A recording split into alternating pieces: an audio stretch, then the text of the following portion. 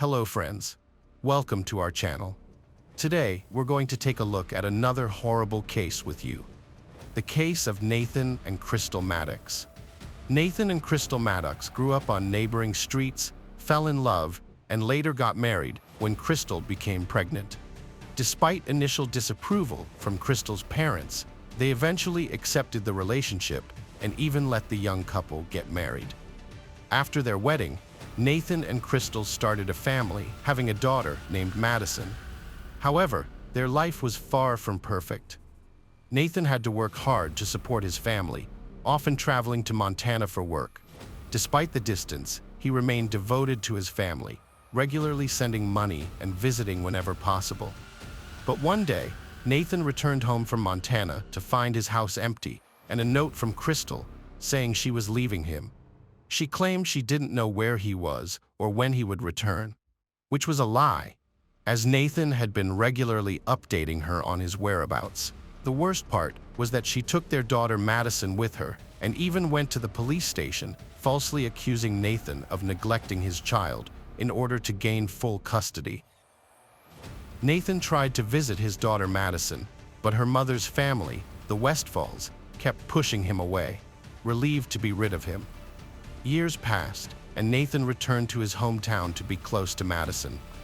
He didn't give up trying to see her, but he knew he needed a lawyer to get official custody and legal visitation rights. During this time, Nathan met Crystal, an old friend from childhood. They had gone to school together, but their paths diverged when Crystal moved to the city to attend university. However, she got married and started a family instead of pursuing a career. After her divorce, Crystal returned to her hometown with her 4 children. Nathan was immediately drawn to Crystal's energy and optimism. They got married in 2013, and Nathan worked at a warehouse while Crystal started a clothing business and opened a children's boutique. The family was doing well, and they could finally afford a good lawyer to help Nathan get custody of Madison. Madison was thrilled with her father's new family, including Crystal and her siblings. This made Kristen's parents, Lita and Paula Westfall, very resentful and afraid of losing their granddaughter. In 2012, Kristen had applied for full custody of Madison, and the battle dragged on for 2 years. However, Crystal's presence in Nathan's life changed everything. With a stable family and a good job, Nathan was granted visitation rights, and he was ecstatic. In October 2013, the judge allowed supervised visits with Madison. On January 18, 2014, Nathan and Crystal attended a Sunday service at Mount Carmel Church, planning to take Madison for a walk afterwards. But as they left the church, 3 loud shots were heard. Nathan and Crystal were shot and killed, shocking the small town. The police investigation revealed that Nathan and Crystal were shot in the head with a .30 caliber rifle, and Nathan was also shot in the thigh with a 20-gauge shotgun, indicating that there were 2 shooters. The investigation continued, with interviews of witnesses, acquaintances, and relatives, including Kristen's family. The Westfalls' behavior shocked investigators. Instead of grieving Nathan's death, they seemed to be hiding their joy.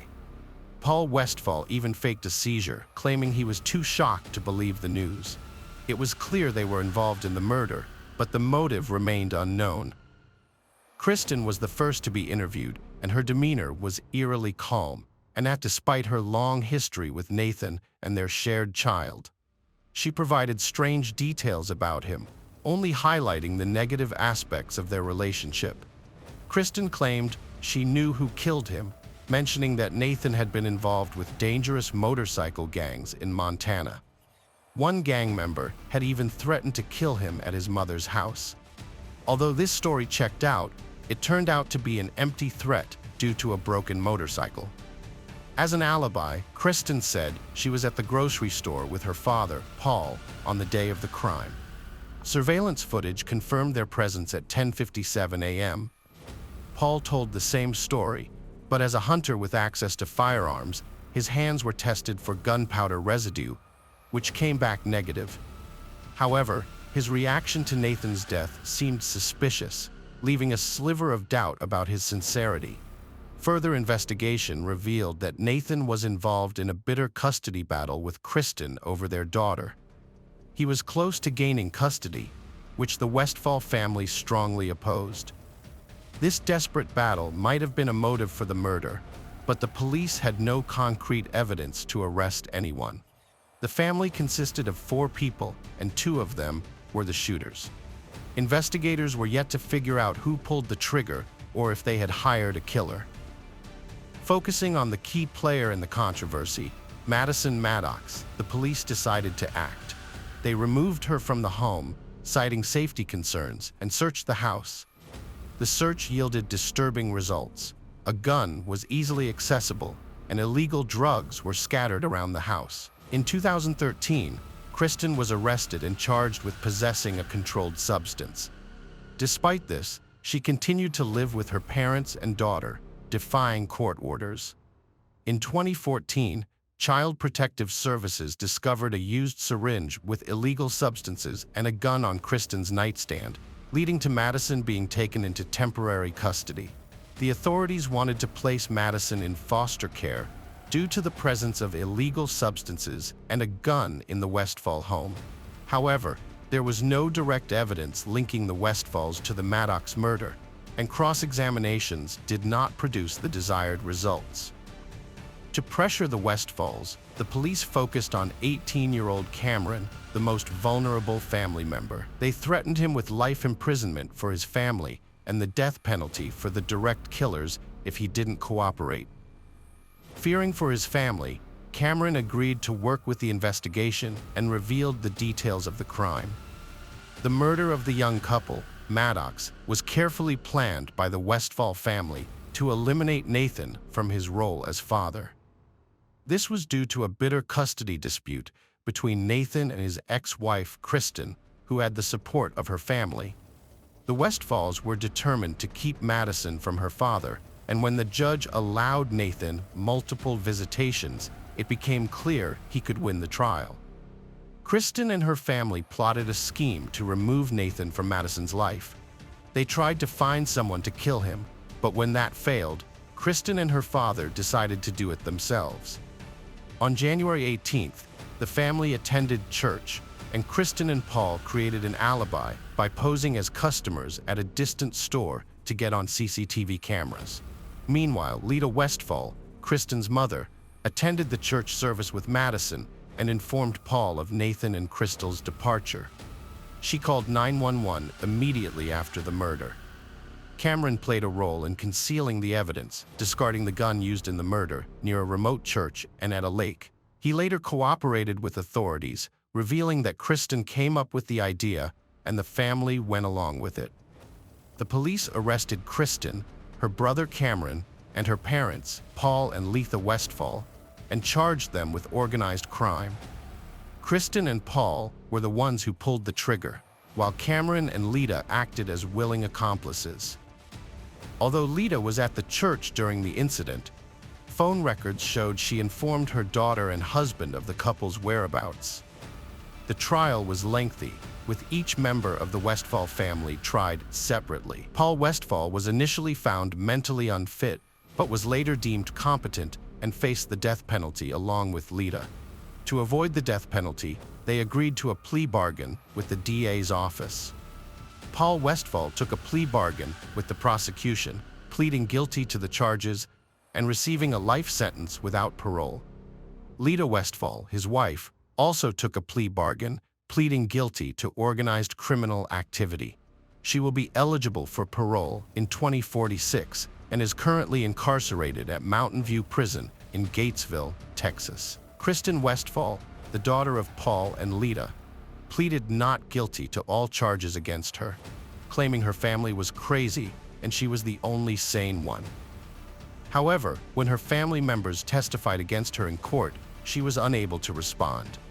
The motive behind the murder of Nathan and Crystal Maddox was revealed to be custody of their 5-year-old daughter, Madison. Kristen did not want Nathan to have unrestricted access to Madison and wanted to control her father's communication with the child. The trial took over a week, and with overwhelming evidence against her, the jury found her guilty of capital murder in just 8 hours. She was sentenced to life in prison without parole.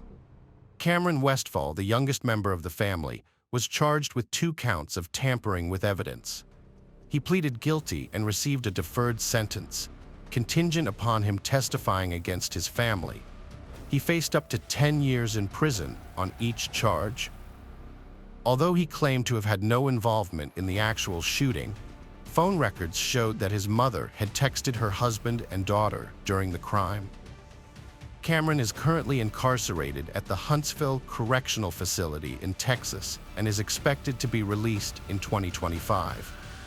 The case was highly publicized and shook the community of Colmsnale, Texas, to its core. The Westfall family's brutal crime was committed outside Mount Carmel Baptist Church, where Nathan and Crystal Maddox were shot and killed in 2014. In 2016, a judge sentenced Cameron to 10 years in prison, and his mother received a life sentence the following year. Lloyd Paul was also sentenced to life in prison after pleading guilty to first-degree murder, which meant he could not appeal his sentence. Kristen Westfall, the mastermind behind the crime, received a life sentence without parole. The legal battle for custody of Madison Maddox, Kristen's daughter, continued even after the Westfall family was sentenced. Nathan Maddox's father, Jim, filed a petition to become the primary guardian of his granddaughter. It's worth noting that many people die in custody battles every year, and instead of making children happier, these battles often leave them with psychological problems. The Westfall family, who were devout churchgoers, were willing to kill to achieve their goals, hiding behind their concern for Madison. Nathan, Madison's father, was not a bad person and loved his daughter. However, his ex-wife Kristen was filled with hatred towards him, particularly because he had started a new family and found happiness with his new partner, Crystal. Kristen was able to manipulate her family against Nathan, leading to the tragic events that unfolded. The custody dispute started before Nathan and Crystal's relationship, and in the end, there is only one loser, Madison. Hopefully, when she grows up, she will not remember the selfishness of the adults who used her for their own gain, claiming to act out of love. If they truly loved her, they would have worked to build a normal relationship for her sake, rather than pursuing their own interests.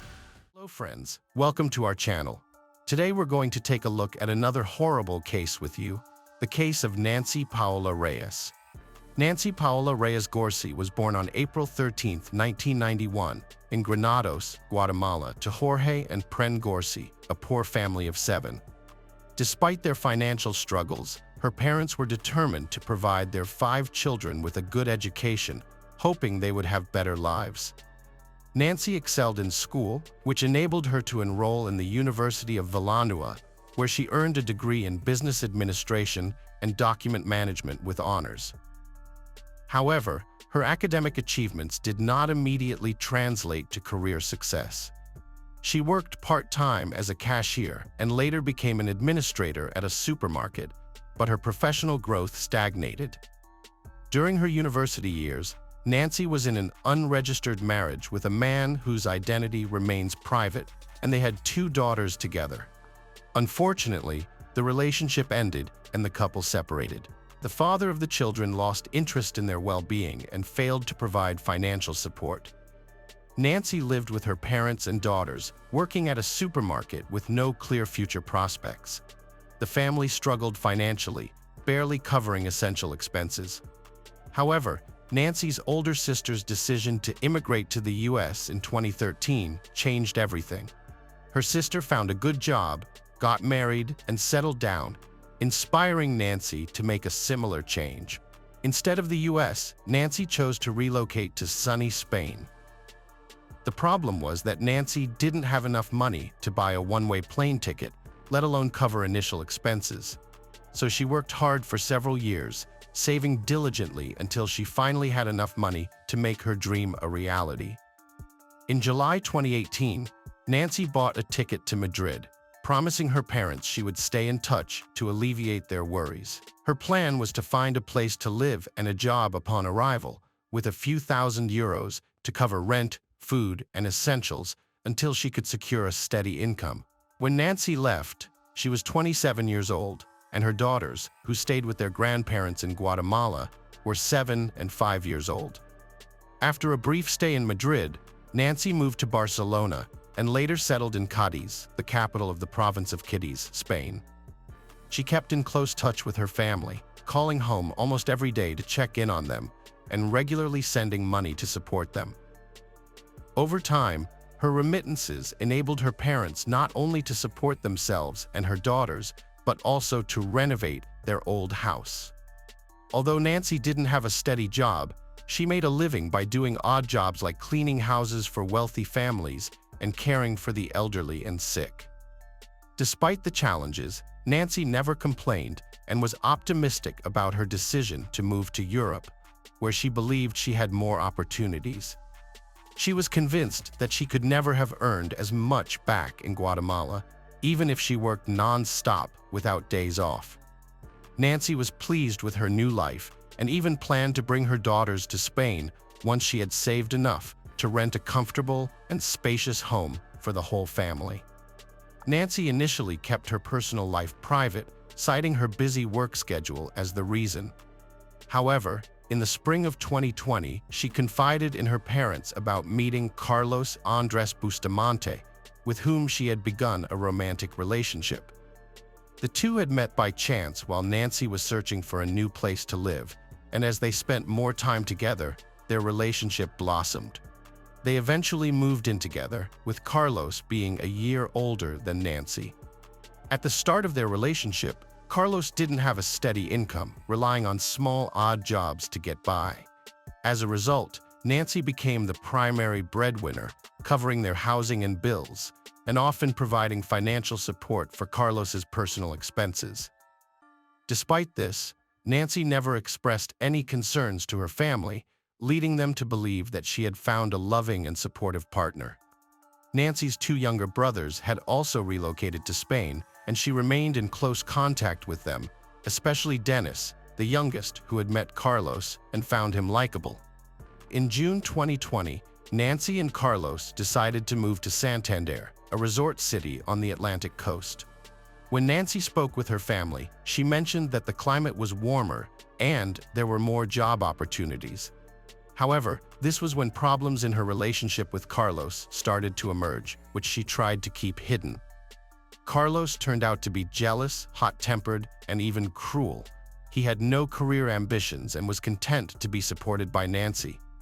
Moreover, he struggled with alcohol abuse and occasionally used prohibited substances, despite repeatedly promising to quit and find a stable job.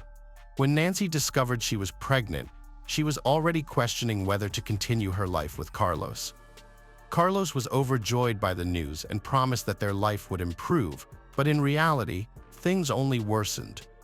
He continued to drink and use drugs, taking money from Nancy or asking his mother for it. Worse still, he began physically abusing Nancy, which she tried to conceal from everyone. On the evening of August 12th, a disturbing scene unfolded while Nancy was video chatting with her parents. Her partner, Carlos, suddenly burst into a fit of rage, yelling at Nancy and demanding to know who she was talking to. Refusing to believe her when she told him it was her mother, he snatched the phone from her hands. After verifying the truth by glancing at the screen, he carelessly tossed the device onto a chair and walked away. The very next day, a similar incident occurred. Carlos again wrestled the phone from Nancy's hands while she was speaking with her parents and daughters. He insisted on knowing who she was talking to, hurled insults at her, and even made threats. A terrified Nancy later attempted to downplay the situation to her relatives, attributing Carlos's behavior to excessive jealousy and assuring them that everything was under control.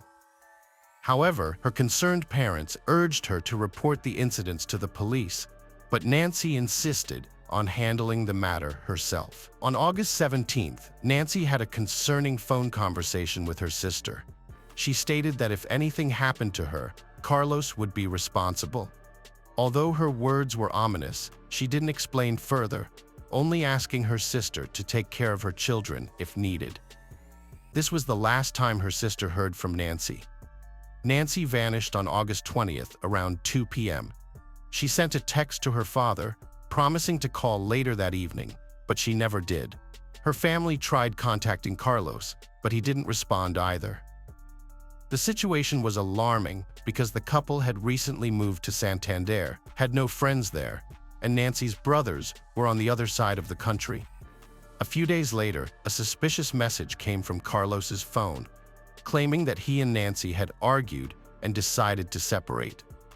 The message stated that Nancy had left to find a new apartment, ignoring his calls, and he had no idea where she was. Nancy's brothers suggested that Carlos come to Ciudad Real to file a missing person report with them. Carlos agreed, but he never showed up, didn't file the report, and ceased communicating with the family. Nancy's relatives reached out to the police to file a report about her disappearance. In the meantime, Nancy's friends provided her brothers with the address of Sandra Bustamante, Carlos's mother. When they visited her, she became emotional and confessed that she had suspected her son might do something harmful to his partner, but she didn't provide any specific details. Sandra also claimed to have no knowledge about the whereabouts of her son and his fiancée. Although Carlos wasn't answering her calls, he sent her brief messages asking her to stop inquiring and to give him some time. Despite liking Nancy, Sandra was aware of her son's capabilities and understood his true nature. Sandra went to the police station the next day for questioning about Nancy's disappearance. She told the officers what she had already shared with Nancy's brothers, Carlos's troubling behavior and a lengthy text message from Nancy. In the message, Nancy warned Sandra not to give Carlos any money because he would waste it on alcohol and drugs, which made him aggressive and cruel. Nancy said Carlos had no intention of finding a job or overcoming his addictions, and his behavior had become increasingly threatening, making her consider leaving him. She believed it was better to end their relationship before someone got hurt.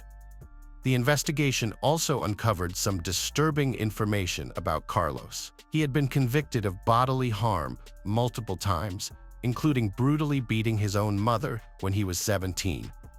Although he only received probation at the time, he later served short sentences for assaulting women he lived with and had relationships with. The investigation into Carlos and Nancy's relationship revealed many red flags from the start. Carlos had a history of aggression, drug addiction, and a criminal record, which was compounded by his uncontrollable rage.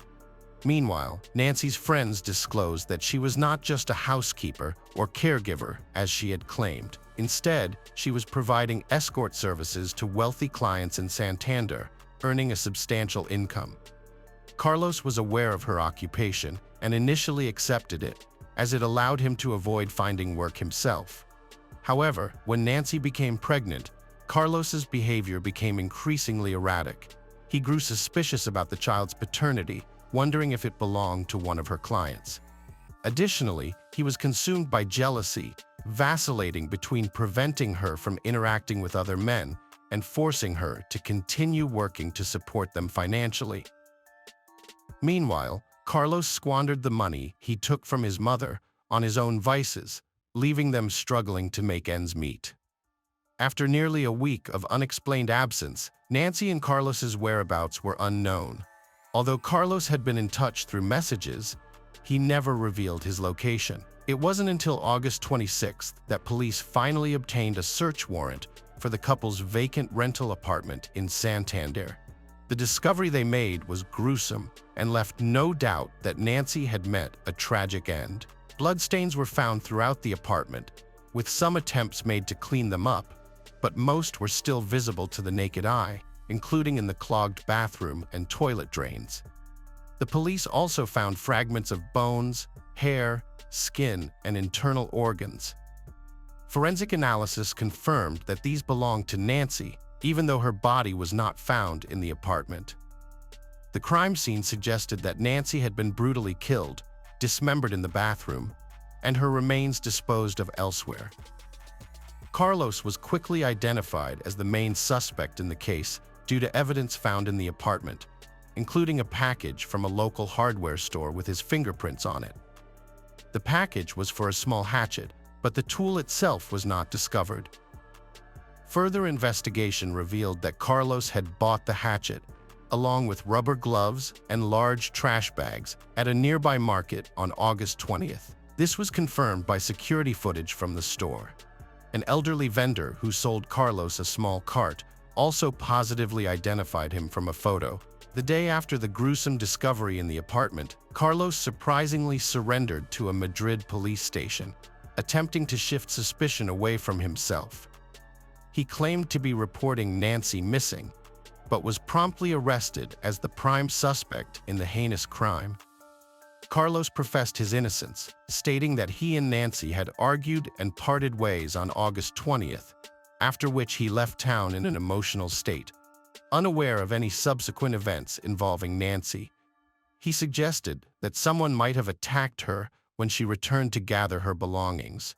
However, Carlos's alibi seemed dubious, especially considering the police found his fingerprints on the hatchet's packaging. Despite conducting an extensive search of nearby wastelands, sewer systems, and the coastline with the help of divers, no trace of Nancy was found.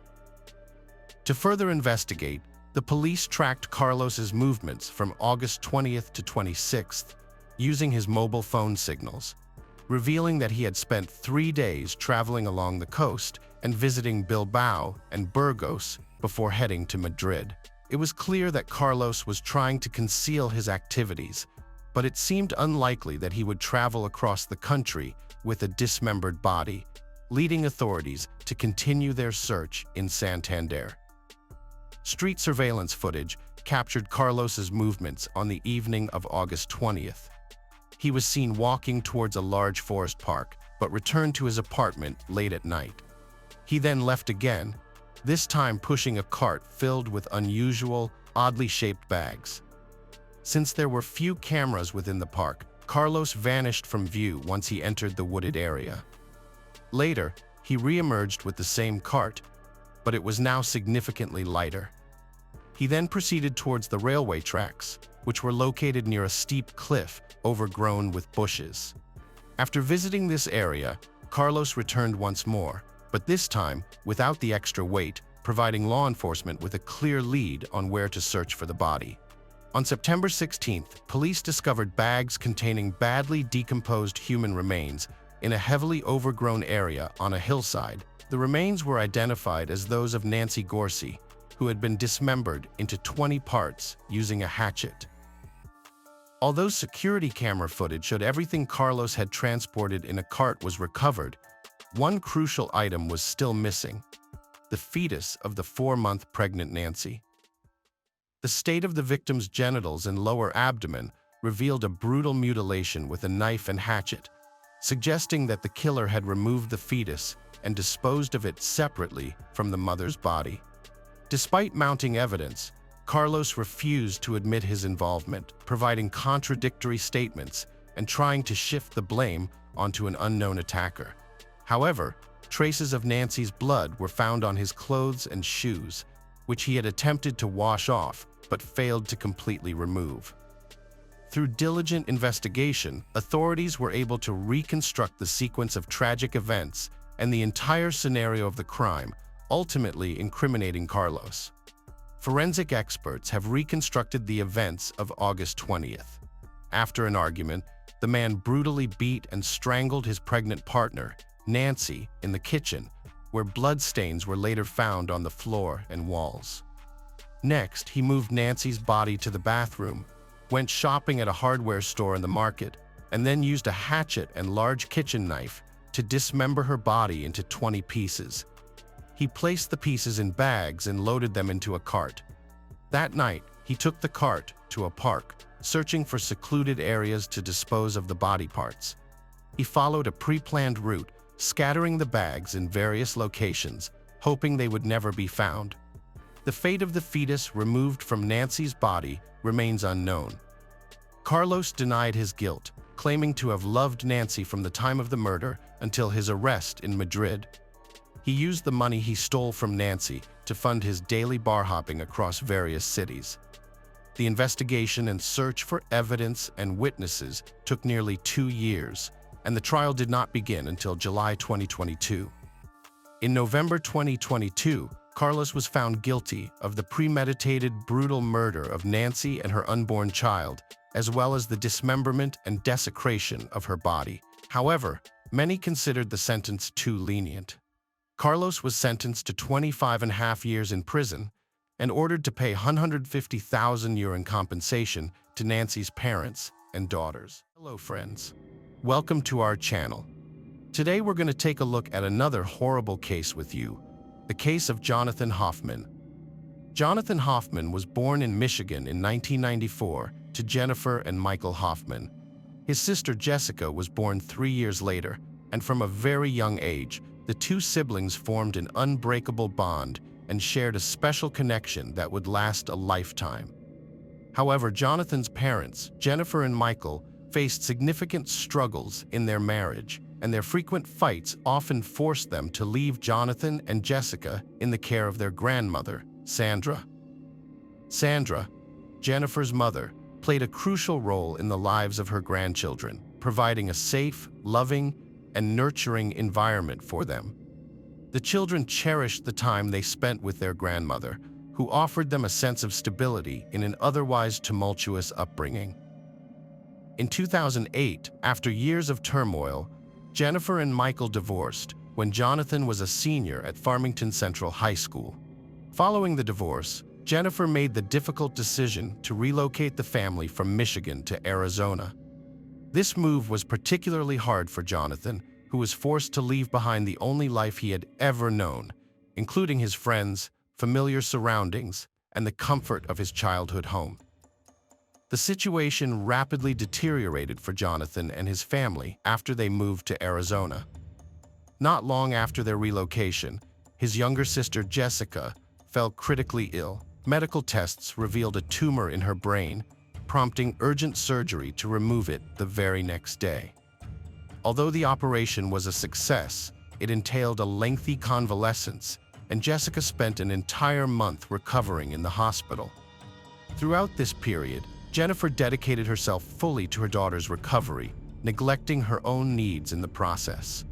This left Jonathan feeling abandoned and lonely, forced to navigate the challenges of adolescence in a new state without the emotional support of his mother and sister. Recognizing the strain Jonathan was under, his grandmother Sandra reached out to Jennifer, deeply concerned about her grandson's well-being. Believing familiar surroundings and old friends would bring Jonathan solace, Sandra suggested he return to Michigan to live with her and her husband Fred. Jennifer worried whether her 74-year-old mother would be capable of caring for him, but Sandra reassured her that she was more than capable. 1 month after the Hoffman family's move to Arizona, Jonathan returned to Michigan and moved in with Sandra and Fred. The homecoming brought Jonathan immense joy and relief midway through his senior year of high school. Thrilled to be back among friends and family, he felt a sense of comfort and belonging he had missed in Arizona. His friends recall that Jonathan was initially shy, but once he opened up, he was a lot of fun and loved to make people laugh. With a zest for adventure, he was always up for trying new things. Although Jennifer deeply missed her son, she embarked on the journey to Michigan to spend 2 weeks with him. During her visit, she was dismayed to discover that Jonathan had been smoking marijuana. However, Jennifer viewed this as a typical phase of teenage experimentation and was confident it didn't involve harder substances. With a heavy heart, Jennifer bid farewell to Jonathan, confident that he would be in good hands with his grandmother. But little did she know, Jonathan was in grave peril, and it was at the hands of his grandmother, Sandra. On May 19, 2017, at 5:27 p.m., Jonathan Hoffman made a frantic 911 call, his voice trembling as he relayed to the dispatcher that his grandmother had shot him and he was done, stating the disturbing sentiment as fact. One of the police officers asked Sandra why she had killed her grandson, but she remained silent, offering no explanation. 2 minutes after the police arrived, Sandra was handcuffed and placed in the back of a patrol vehicle. Officers entered her home to find the victim, whom Sandra claimed was her grandson, 17-year-old Jonathan Hoffman. Inside the home, the air was thick with smoke, making it difficult to see through the haze as they ascended the staircase. They reached the landing where Jonathan lay motionless, face down on the hardwood floor, dressed in gym shorts and socks. The young man's body was riddled with gunshot wounds to his upper torso. Despite the severity of his condition, the medics managed to detect a faint pulse. With urgency, Jonathan was rushed to Botsford Hospital, where a team of medical professionals worked tirelessly to stabilize his condition. However, their efforts ultimately proved futile, and after 30 minutes of intense medical intervention, he was pronounced dead. After the ambulance rushed Jonathan Hoffman to the hospital, police secured Sandra Lane's home as a crime scene. The three-level residence was a labyrinth of violence and blood, with nearly every room telling a grim tale. Crime scene investigators arrived, meticulously combing the area for clues to unravel the shocking events. As they descended the basement staircase, they were struck by footprints in the blood-stained floor, crucial evidence carefully preserved. Deeper in the house, the team found 10 bullet casings scattered throughout, each one collected and analyzed. One investigator discovered a bullet hole in the drywall, and the search for more evidence led them to the second floor, where a gun case filled with ammunition was found. While gathering evidence, investigators took extra care to photograph Sandra, capturing her face, arms, and hands as she sat in the patrol car. Sandra became overwhelmed, tears streaming down her face. Amidst the chaos, Fred Lane, Sandra's husband, appeared outside the house with their dog, claiming to have been gone for an hour, a walk he took after Sandra asked him to. Fred was stunned to discover that his wife, Sandra Lane, had confessed to shooting and killing their grandson Jonathan after he was pronounced dead at the hospital. The police faced the daunting task of breaking the news to Jonathan's family that their beloved son had been murdered by his own grandmother. As detectives dug deeper into the case, they learned that Jonathan had been living in Michigan, separated from his parents and sister who resided in Arizona. When the detectives shared the devastating news with Jennifer, informing her that her mother had taken the life of her cherished son, she was left in a state of utter disbelief. It seemed unbelievable that someone who was supposed to love and care for their grandchildren could commit such an atrocity.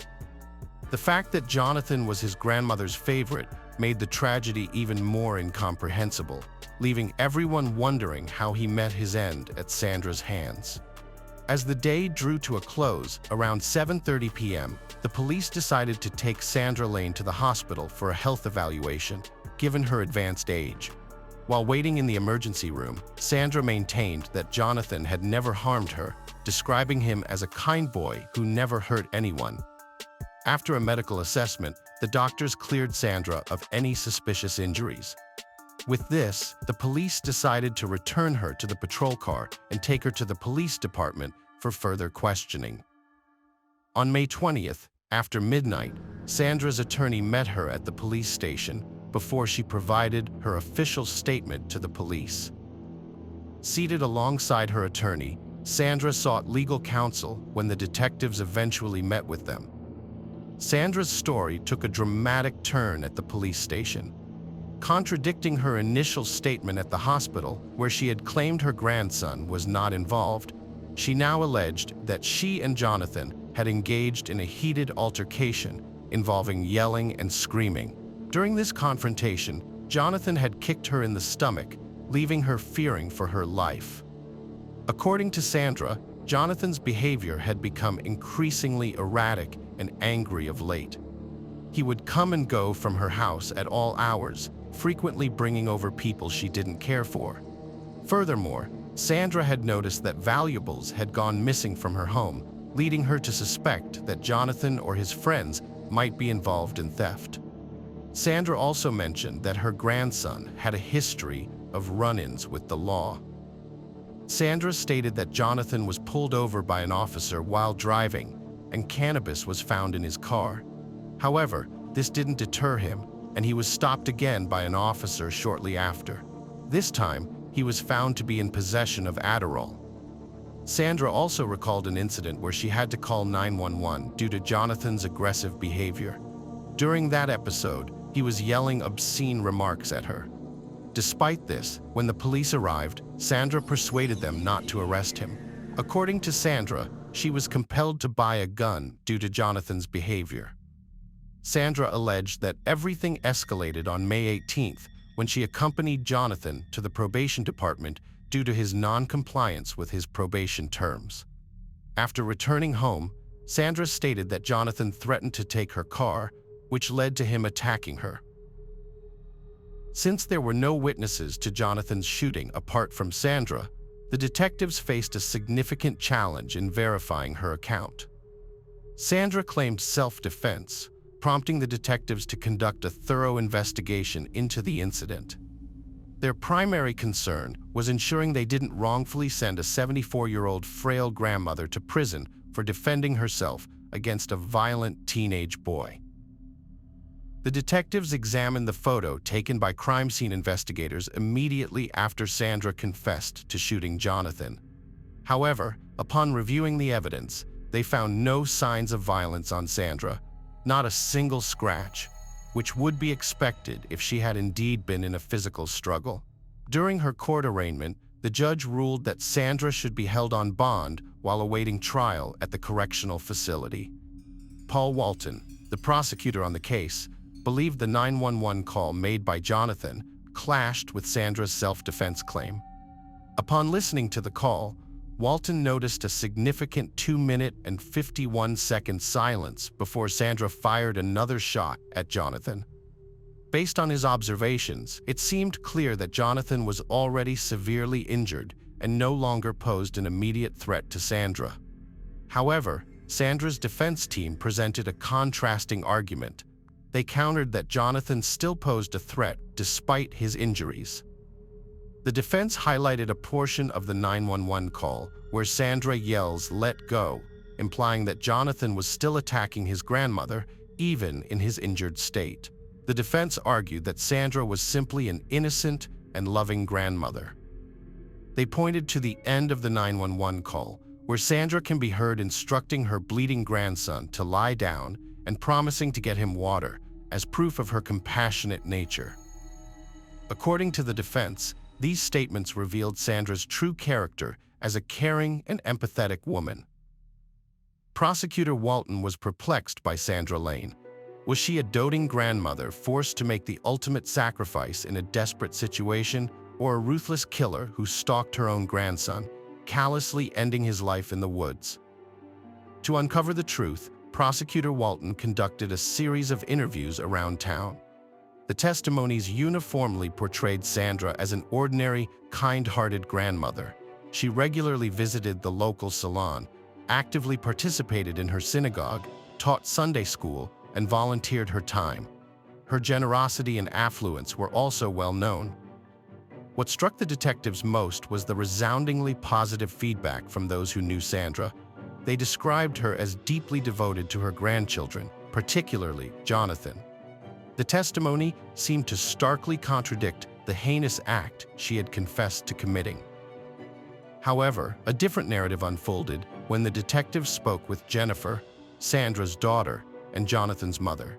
Jennifer offered a contrasting perspective on her mother's character, contradicting the image projected by the community. She described her mother as a controlling and abusive figure, vastly different from the warm and compassionate person others had portrayed. According to Jennifer, her childhood was marked by constant parental fighting, with her mother physically assaulting her on multiple occasions. Her father's frequent absences left Sandra in complete control of the household, allowing her to behave like a tyrant, prone to violent outbursts. Years later, when Sandra remarried Fred Lane, Jennifer witnessed a significant shift in her mother's behavior. Sandra expressed deep affection for Fred, believing him to be a stabilizing influence in their home. Initially, her controlling nature seemed to subside. However, after Jennifer gave birth to Jonathan, Sandra allegedly attempted to reassert her dominance. Jennifer claimed that her mother's obsession with the baby bordered on an unhealthy level, with Sandra becoming so fixated that Jennifer jokingly wondered if she wanted to kidnap the child. After Sandra was charged with murdering her grandson Jonathan, the community of West Bloomfield surprisingly rallied around her. A significant number of residents believed Jonathan was a drug user who got what was coming to him, sparking a wave of support for Sandra. On social media, community members posted messages of encouragement, affectionately referring to her as Granny and using the hashtag #GoGrannyGo. In this narrative, Jonathan was vilified as a monster, while Sandra was portrayed as an innocent, frail, elderly woman. Jennifer revealed that most of her family had bought into Sandra's self-defense story, effectively disowning both Jonathan's memory and herself. Throughout the ordeal, Sandra's husband Fred stood by her side, offering unconditional support. The medical examiner concluded that Jonathan Hoffman's death was a homicide resulting from the multiple gunshot wounds he suffered. An examination of the wounds revealed stippling, indicating that the gun was fired from varying distances. Additionally, a toxicology report revealed the presence of synthetic marijuana, also known as spice, or specifically K2, in Jonathan's system. At the time, spice was widely available in West Bloomfield, particularly among teens and young adults, who could purchase it at gas stations without identification. There were numerous reports of individuals experiencing adverse reactions to the substance, including violent behavior after consumption. 1 month prior to Jonathan's death, a disturbingly similar incident occurred involving another student from the same high school.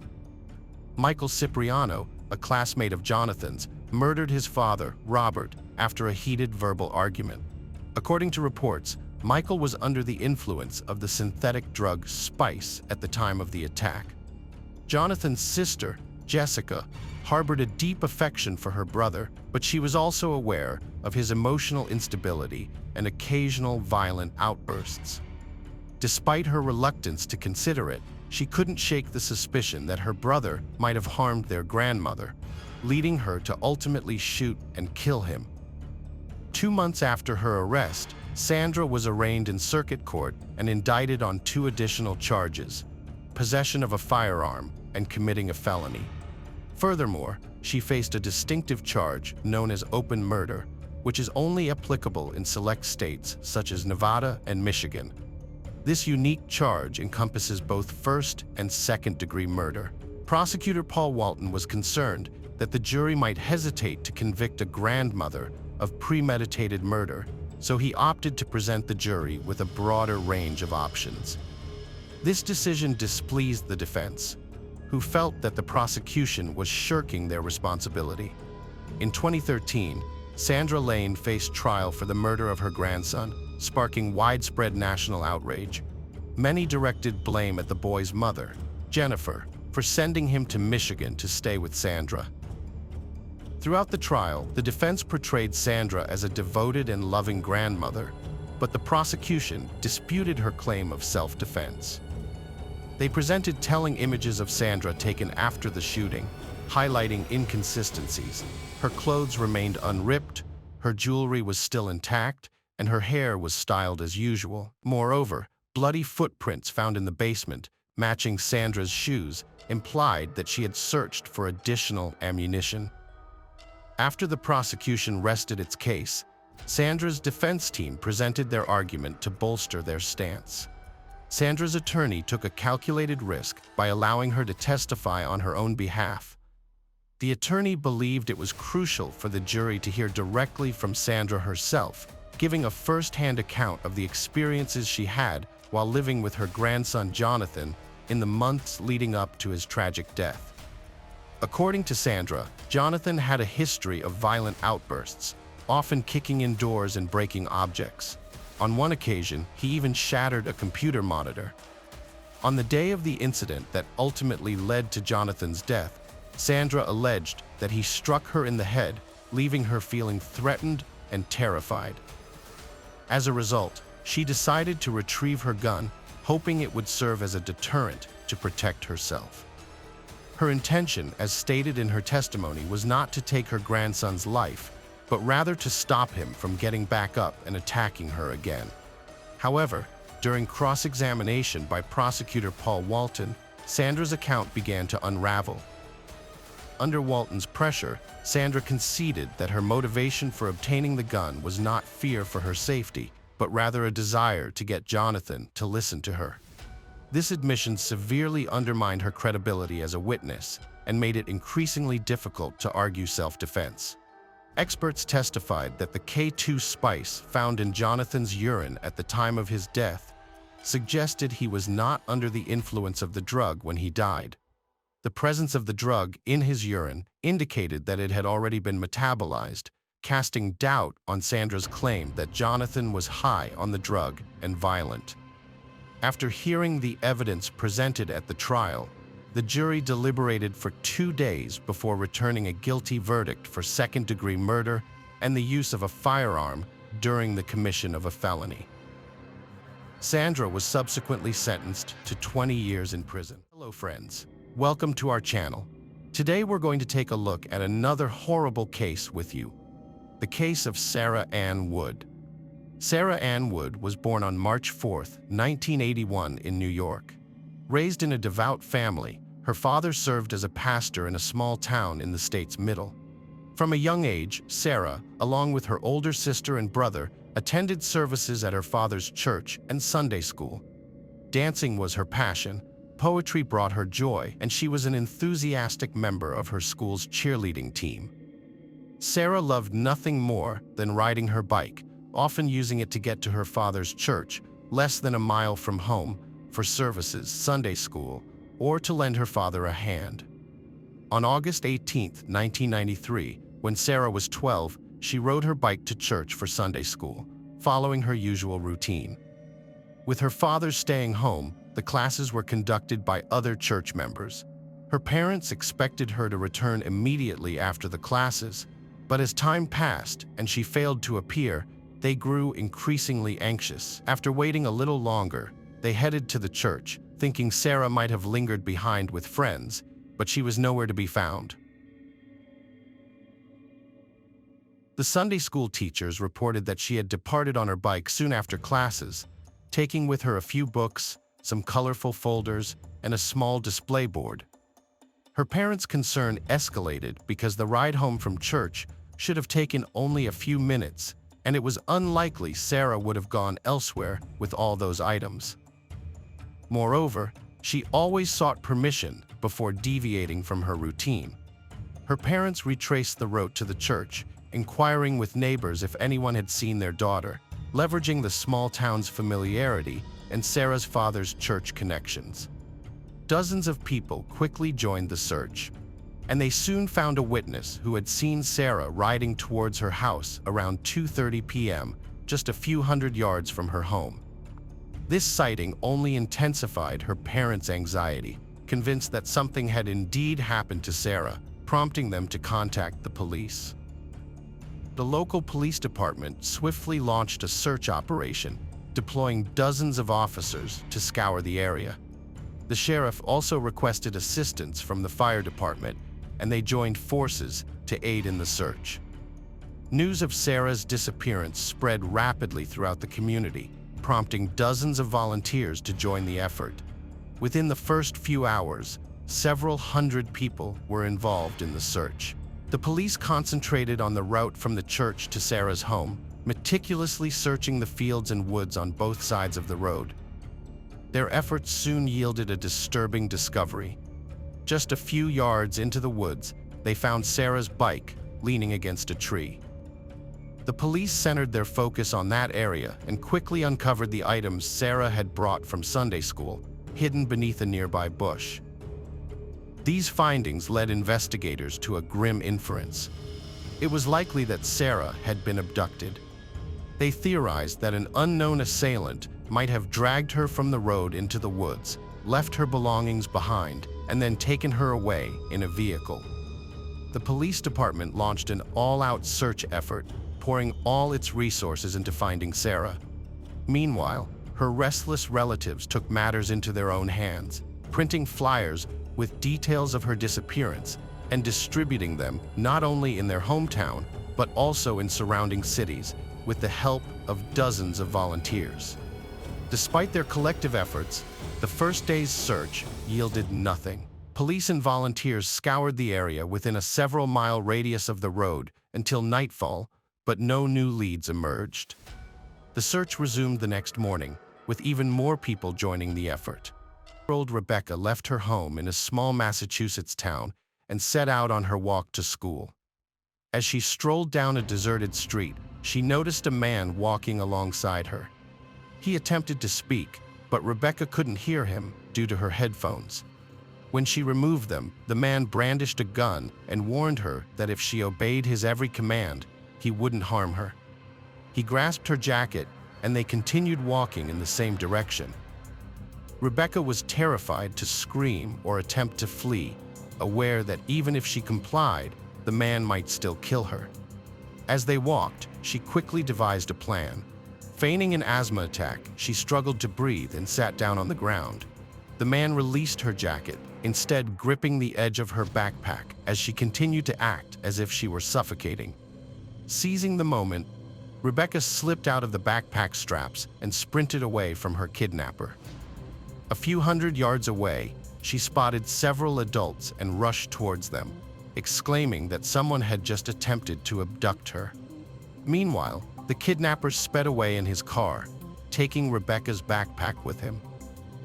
One of the witnesses took it upon himself to tail the kidnapper in his own vehicle. After a few minutes, the witness pulled over at the nearest gas station and alerted the police. The witness was able to provide a partial license plate number and the car's model, while Rebecca gave a detailed description of the kidnapper's appearance. The police promptly launched a search for the vehicle, scouring databases for matching cars. They also sent out alerts to neighboring towns, and their efforts were rewarded that very evening. A patrol officer driving through a nearby small town spotted a vehicle matching the description. He pulled over and knocked on the door of the house where it was parked.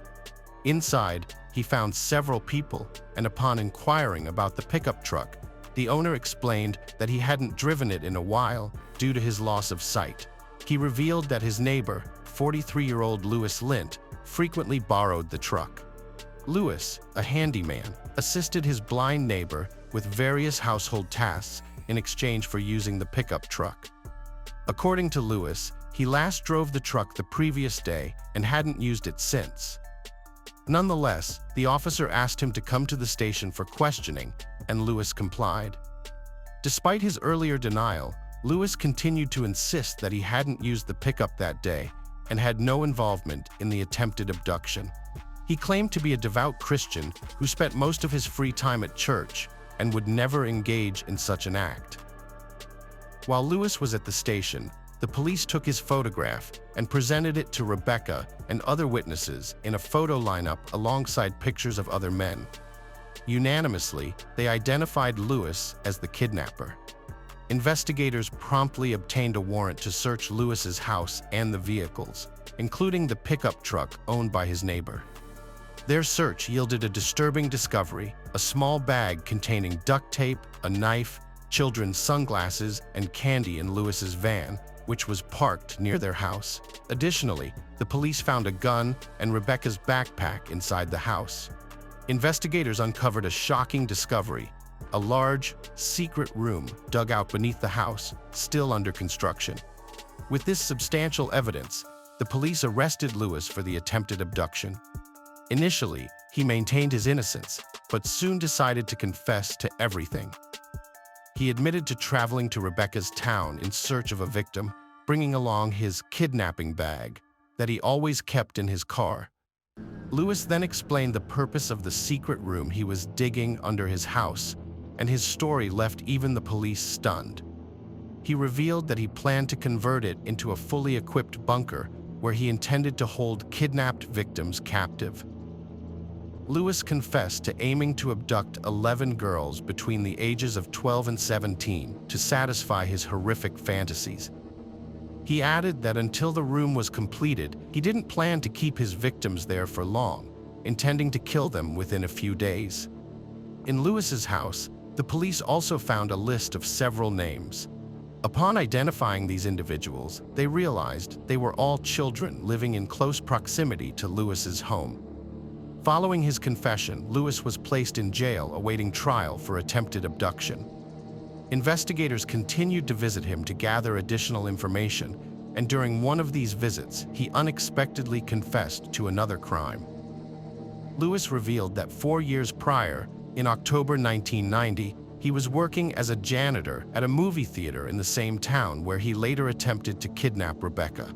On the evening of October 22nd, he left work and spotted 12-year-old James Bernardo riding his bike near the parking lot. Lewis instantly decided to abduct him, intending to assault him. Lewis offered James $5 to help set up chairs in the movie theater, and the boy agreed. Lewis led him to the empty theater where he bound him. He then drove his van closer to the entrance, dragged the boy and his bike inside, and took him to his home. He left the boy there and drove to a nearby lake to dispose of the bike by throwing it into the water. Lewis returned home and attempted to assault the boy, but was unsuccessful. Frustrated, he decided to dispose of the victim. He dragged him into his van and drove to a neighboring state, where he murdered the boy and left the body in the forest. A hunter soon discovered the body and reported it to the police. However, despite their efforts, detectives were unable to identify the culprit over the course of several years. Now, upon comparing Lewis's statement with the case materials, investigators discovered that he had provided an astonishing number of facts and details about the crime that perfectly mirrored reality. Following Lewis's confession, news of his case spread like wildfire throughout the country. Within just a few days, police realized they were dealing with a man who not only had attempted to abduct a girl and was building a secret bunker for other victims, but had also confessed to a murder that no one had suspected him of. New York investigators searching for Sarah Wood soon caught wind of Lewis's case. They delved into the details of Rebecca's attempted abduction and requested more information about Lewis himself. Interestingly, profilers had previously created a profile of Sarah's potential abductor, and Lewis seemed to fit it remarkably well. The investigators decided to pay him a visit and headed to the prison. During the interrogation, he revealed that frequent visits to the neighboring state were motivated by close family ties.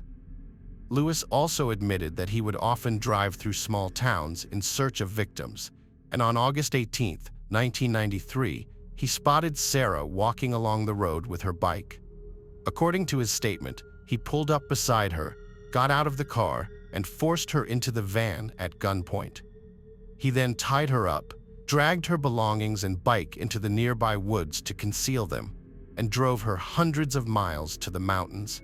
In a remote area by a large lake, he assaulted and killed her, eventually burying her body in a hole.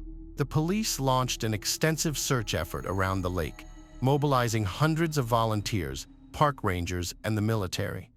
However, the vast size of the lake posed a significant challenge, making it nearly impossible to cover the entire area, even with such a large search team. Furthermore, with months having passed since the burial, the location could have become overgrown with vegetation. After weeks of searching, they were unable to find either the body or any evidence. Detailed testimony with precise details of the abduction was sufficient to charge Lewis with the murders of both Sarah and 12-year-old James. In January 1995, Lewis was sentenced to 17 to 20 years in prison for the attempted abduction of Rebecca. The following June, the trial for James's murder began, and Lewis pleaded guilty before the judge. He confided in his lawyer that he wanted to confess to Sarah's murder immediately, but when he entered the courtroom and saw her parents, he abruptly changed his mind. However, just 9 days later, when he was brought into an empty courtroom, he finally admitted his guilt. Despite this, he persisted in refusing to disclose the burial site, ignoring the desperate pleas from Sarah's parents. The prosecution offered Lewis a deal in exchange for information about Sarah's whereabouts. In return, they promised to serve his sentence in a state prison instead of a federal prison, as Lewis had requested. He agreed, and began collaborating with investigators. Lewis identified a specific area near the lake and even sketched a rough map. Although the police wanted to take him along on the search, his lawyer cautioned against it. Undeterred, the police organized extensive searches in this area, braving the snow and freezing temperatures, with the help of hundreds of volunteers and heavy equipment. Despite their efforts, they were still unable to find Sarah. Several months later, with autumn's arrival, the police launched another attempt, but it ultimately proved unsuccessful. Throughout this period, detectives endeavored to extract more specific information from Lewis, but he persistently refused to divulge the exact location or assist the police in their search. Eventually, the prosecution opted to revoke the deal, and on April 11, 1997, Lewis was sentenced to 25 years in prison, the maximum sentence the judge could impose without the discovery of the body. The judge added that if such evidence were available, he would have certainly handed down a death sentence. During the trial, Lewis's lawyer attempted to mitigate the punishment in all three cases, without disputing his client's guilt. He argued that Lewis suffered from an unidentified mental disorder, citing claims of hearing voices in his head and alleged protection by aliens. However, experts found no evidence of any mental disease and concluded that Lewis was likely feigning these symptoms to avoid severe punishment. After the verdict, detectives persisted in visiting Lewis in prison, hoping to coax him into revealing Sarah's burial site. His behavior was erratic, and he provided contradictory information, naming different locations. On one occasion, he claimed he wasn't ready to disclose the location because he had buried Sarah alongside another victim, and he didn't want anyone to uncover the identity of this other person. Despite the emotional pleas of Sarah's parents, who also visited Lewis in prison, he remained resolute in his silence. The detectives were also exploring Lewis's potential involvement in other unsolved cases. Having confessed to the abductions of Sarah and James, the police had little doubt that he had additional victims. Almost immediately after his arrest, they uncovered another attempted abduction he had made several years prior. Lewis had tried to grab a girl off the street, but her father intervened, and they reported the incident to the police, although detectives couldn't identify the perpetrator until Lewis's photo appeared in the news. Lewis was also suspected of being involved in 4 unsolved disappearances between 1985 and 1992, and investigators concluded that he had the capability to commit these crimes, but no evidence was found, and Lewis refused to confess. Despite this, his story didn't end there. Detectives continued to visit him after his sentencing, hoping he would reveal Sarah's whereabouts or confess to other crimes. However, it wasn't until 2013 that Lewis suddenly had a change of heart and confessed to another murder. He admitted to being responsible for one of the crimes he was suspected of. According to Lewis, on November 6, 1992, he abducted a 16-year-old teenager with developmental disabilities who was riding a bike to his grandmother's house. He claimed to have forced the boy into his van, then killed him and dumped his body in a lake.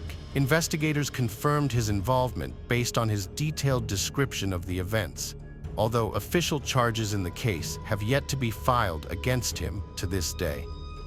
Currently, Lewis is 73 years old and remains incarcerated for 2 murders and an attempted abduction. Sarah's parents hold on to the hope that they will eventually persuade him to reveal the location of her burial site, or that he will divulge this secret before his death. In memory of Sarah, her relatives also organize an annual bike ride. Initially attended by just a few people, the event has grown steadily, with several thousand participants now regularly taking part. This event also helps raise significant funds to support efforts to locate missing children. The police are determined to find Sarah's burial site and are not giving up, even if Lewis is not willing to help them. They will keep searching the areas he has pointed out until they locate her body. Hello friends, welcome to our channel. Today, we're going to take a look at another horrible case with you. The case of Michaela Gerecht. On November 19, 1988, Michaela, then 9 years old, and her friend Katrina were busy trying on different outfits for an upcoming school performance at their homes. The joy was palpable as it marked the beginning of the Thanksgiving break. Around 10 a.m., Katrina's dad gave her $5 to buy some candy. The two friends rushed to Michaela's house to ask her mom if they could visit the nearby store, which was less than a mile away. Although they had been to the store many times before, with family or older neighbors, Michaela's mom was hesitant to let them go alone, citing their young age and lack of experience. After some cajoling, Michaela's mom finally agreed, on the condition that they would purchase the candy and head straight back home. As Michaela was her parents' long-awaited first child, a true miracle, her mom was particularly concerned about her safety. Despite her reservations, Michaela's mom believed that nothing bad would happen, given the store's proximity and their plan to ride their scooters there. Michaela raced back to Katrina's house. They planned to use 2 scooters, so Katrina took hers and borrowed another one from her brother. They went to the store, parked their scooters nearby, and went inside to make their purchases. When they came out, they got engrossed in conversation and completely forgot about their scooters. They started walking home but quickly realized their mistake and returned to where they had left the scooters. That's when they noticed Michaela's scooter was missing. Assuming someone had moved it, they decided to search the store area from different angles. Michaela scanned the parking lot and soon spotted her scooter next to a car parked a short distance from the store. As she approached it, Katrina suddenly heard a terrifying scream. She ran back and saw a man grabbing Michaela and forcing her into the car beside her scooter. The man promptly got back in the driver's seat and sped off. Shaken, Katrina rushed into the store and alerted the cashier about the incident. The cashier immediately called the police, who arrived at the scene within minutes. The store employee also contacted Michaela's father, as they were acquainted, and informed him of the situation. Michaela's father, accompanied by Katrina's father, hurried to the store where investigators had already gathered. He instructed his wife to remain at home by the phone, awaiting a possible call from the police. The detectives faced a multitude of challenges from the outset. The lack of surveillance cameras near the store and the sole witness, Katrina, who was in a state of deep shock and barely able to speak, hindered their progress. Her father was permitted to take her home, leaving the store cashier as the initial lead. She recounted a suspicious individual loitering around the store shortly before the abduction. He had parked his car, exited, but never entered the store, instead opting to walk along the building, peering through windows and seemingly watching them. The cashier had a gut feeling that he might be planning to rob her. Based on her description, the man was white, approximately 30 years old, and sported a prominent mustache. He arrived in an old maroon-colored sedan, but the model and license plate number remained unclear. After gathering the suspect's description, the police created a composite sketch and disseminated it to the media. News of the abduction spread rapidly throughout the city and beyond, leaving the public shocked that such a brazen act could occur in a busy area. The police also shared the sketch and a description of the suspect's car with hundreds of patrons in addicts but not killed, seemed eerily prescient. At the time, her mother had found it strange for a 9-year-old to conceive such ideas, but in hindsight, it took on an uncanny, almost prophetic quality, leaving her to wonder if Michaela had unwittingly foreseen her own fate. In the 2 days following the abduction, the police launched an exhaustive search for the suspect and the missing girl, but despite their best efforts, they failed to make any progress. In a bid to gather more information, they decided to re-interview Katrina, hoping that time might have jogged her memory. However, this decision led to a perplexing twist. The girl who witnessed the abduction and the cashier provided contradictory descriptions of the kidnapper's appearance. Katrina described the man as around 20 years old, with long, unkempt, light-colored hair that reached his shoulders and a face covered in pimples. She also remembered his piercing blue eyes, reminiscent of a fox's. Furthermore, she recalled some details about the car, a beige sedan with a boxy shape and numerous dents. In contrast, the cashier's suspicion had been sparked by a man near the store whose description was vastly different from Katrina's.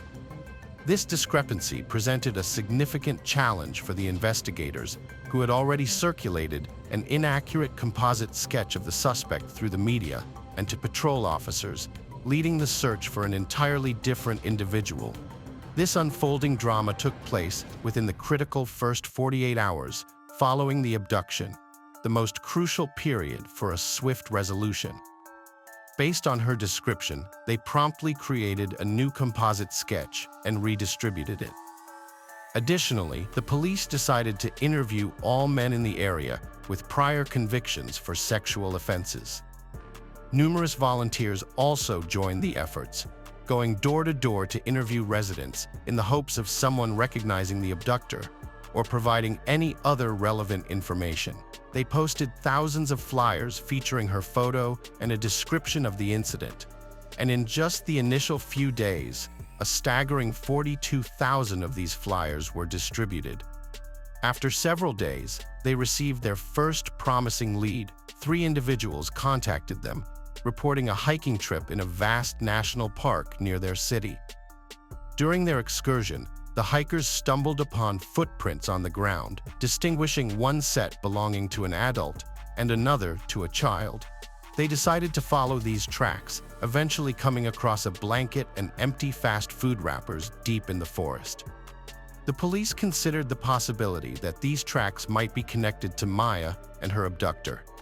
The FBI's psychological profile also suggested that the abductor would likely take his victim to a secluded location, far removed from civilization. Given the park's size and its proximity to the city, it seemed to align perfectly with this theory. Detectives decided to conduct a thorough search of the park, utilizing all available resources. They scoured the ground, while helicopters equipped with thermal imaging scanned the area from above. However, all their efforts yielded nothing, as they couldn't find her or any incriminating evidence. The police extended their search to other parks, mountains, and remote areas, but all leads proved futile. Meanwhile, the case's nationwide media coverage sparked a deluge of tips, with over 4,000 received within the first month alone. Investigators faced the daunting task of pursuing each lead, a challenge that proved overwhelming. The case was a hot topic of discussion among San Francisco's neighboring residents and nearby cities, with prominent figures even making public appeals for information. As the search continued, a substantial $70,000 reward was offered, and Michaela's photograph was plastered on millions of milk cartons across the state. Despite the massive community effort and numerous leads, detectives made little headway. By December's end, a month and a half into the investigation, the police had only managed to exhaust thousands of leads, with no progress made in the following months. Still, the police, along with Michaela's mother, who had launched her own investigation, studying similar cases and searching for possible suspects, persisted in their efforts, holding on to the hope that Michaela was still alive, being held captive by her abductor. In 1991, detectives focused on 43-year-old Timothy Binder, and the deeper they dug into his background, the more disturbing it became. Before Michaela's abduction, Binder was already under police suspicion due to his odd behavior. He had been sending gifts, letters, and money to several young girls, with some of these letters featuring highlighted Bible passages that included phrases like, "I have chosen you," and "be with me." Parents of some of these girls grew concerned and reported him to the police, which led to an interrogation of Binder. He claimed he was simply trying to befriend these girls, thinking they were lonely. However, the investigation uncovered a worrying history. In 1985, Binder was fired from his job in Child Protective Services in Colorado for collecting personal information about young girls and then sending them gifts and letters. A search of his van revealed many photographs of children and Bible passages decorating the interior. Additionally, Binder had previously been arrested for trying to lure two girls into his van, although no charges were filed. Furthermore, he regularly visited local cemeteries, spending an unusual amount of time at the graves of young girls. 6 months before Michaela was abducted, a 7-year-old girl named Amber vanished in the same area. Binder got in touch with Amber's mother, offering to help and frequently visiting her home. He even sent a letter to the police, predicting that the next girl to go missing would be 9 years old. Months later, Michaela, who was also 9, was abducted. After she disappeared, Binder contacted her mother repeatedly, visited her home, and offered his assistance. But the disturbing pattern continued. In early December 1988, Binder sent a Christmas card to an FBI profiler he had spoken to before, and the card showed a girl holding up 4 fingers. Shortly after, a 4-year-old girl went missing in the same town. Despite these disturbing circumstances, which comprised circumstantial evidence, detectives secured a search warrant for Binder's home, where he resided with his wife. Unfortunately, their search yielded no concrete leads linking him to the abductions. When news of Binder's peculiar behavior hit the newspapers, the public began to suspect he might be a serial killer, resulting in harassment and attacks on him and his family. He subsequently sued the city authorities for disseminating misinformation and emerged victorious.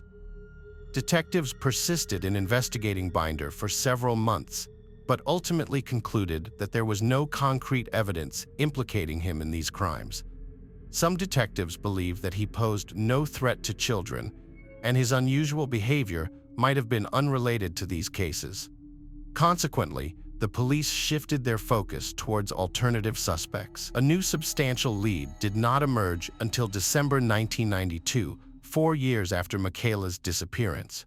An inmate from Indiana, serving time for robbery, contacted the police, claiming to know the identity of her abductor. He stated that he had helped bury her body in the same park where traces of evidence had been discovered. Initially, investigators showed little interest in this tip, but when the inmate wrote a letter to a prominent San Francisco newspaper, the police faced harsh criticism, and under public pressure, they reluctantly decided to interview him. He promised not only to pinpoint Michaela's exact burial site, but also to lead them directly to the killer. The inmate was transferred to California, where he collaborated with the police on a search mission. He claimed that the body was buried in a gladiolus field, and the officers devoted all their resources to scouring that area. The search lasted 8 hours, until the inmate unexpectedly confessed that he had fabricated the entire story. He explained that his intention was to bring some comfort to Michaela's family and help them find closure. However, Michaela's relatives and the police were outraged by his false statement. As a consequence, the inmate received an additional 6.5-year prison sentence, nearly doubling his original sentence, and was ordered to pay Michaela's family $6,000 in compensation. In August 2000, a new lead emerged in the case with the arrest of Curtis Anderson, suspected of murdering a 7-year-old girl in Valo a year earlier. He confessed to the crime and was imprisoned. However, detectives harbored suspicions that he might be responsible for similar crimes. For 7 years, no concrete evidence supported this theory until Curtis reached out to the FBI. Weakened by poor health, he wanted to confess to additional crimes before his demise. His confession revealed that he had killed 13 more girls and women, including 7-year-old Amber, who vanished 6 months before Michaela. Curtis provided specific details that made investigators take his involvement seriously. Nonetheless, proving his guilt remained a daunting task, as there was no physical evidence and the victims' bodies remained unfound. Regarding Michaela's case, Curtis denied any involvement, despite his car's striking resemblance to Katrina's description. Although FBI agents planned to continue questioning him, Curtis passed away in 2012, halting the investigation. A new lead emerged when an inmate contacted the police, suggesting that his associate Lauren Herzog bore a remarkable likeness to the composite sketch of the suspect. Detectives were intrigued, given Lauren and his partner's conviction for multiple murders they committed together. Although suspected of killing 19 people, investigators could only prove some of these crimes. Notably, Lauren had taken his own life in prison a month before the inmate came forward. Undeterred, the police investigated Lauren's potential involvement. A younger photo of Lauren did resemble the composite sketch, but detectives required more concrete evidence. They proceeded to excavate a well where Lauren and his partner had disposed of their victims' bodies. The excavation yielded thousands of bone fragments, which medical experts meticulously examined. After extensive analysis, it was determined that the bones belonged to 5 different girls, but none matched Michaela's DNA. Despite excavating multiple wells, the police were unable to find any evidence linking Lauren to the case. In 2018, a significant breakthrough emerged in the case.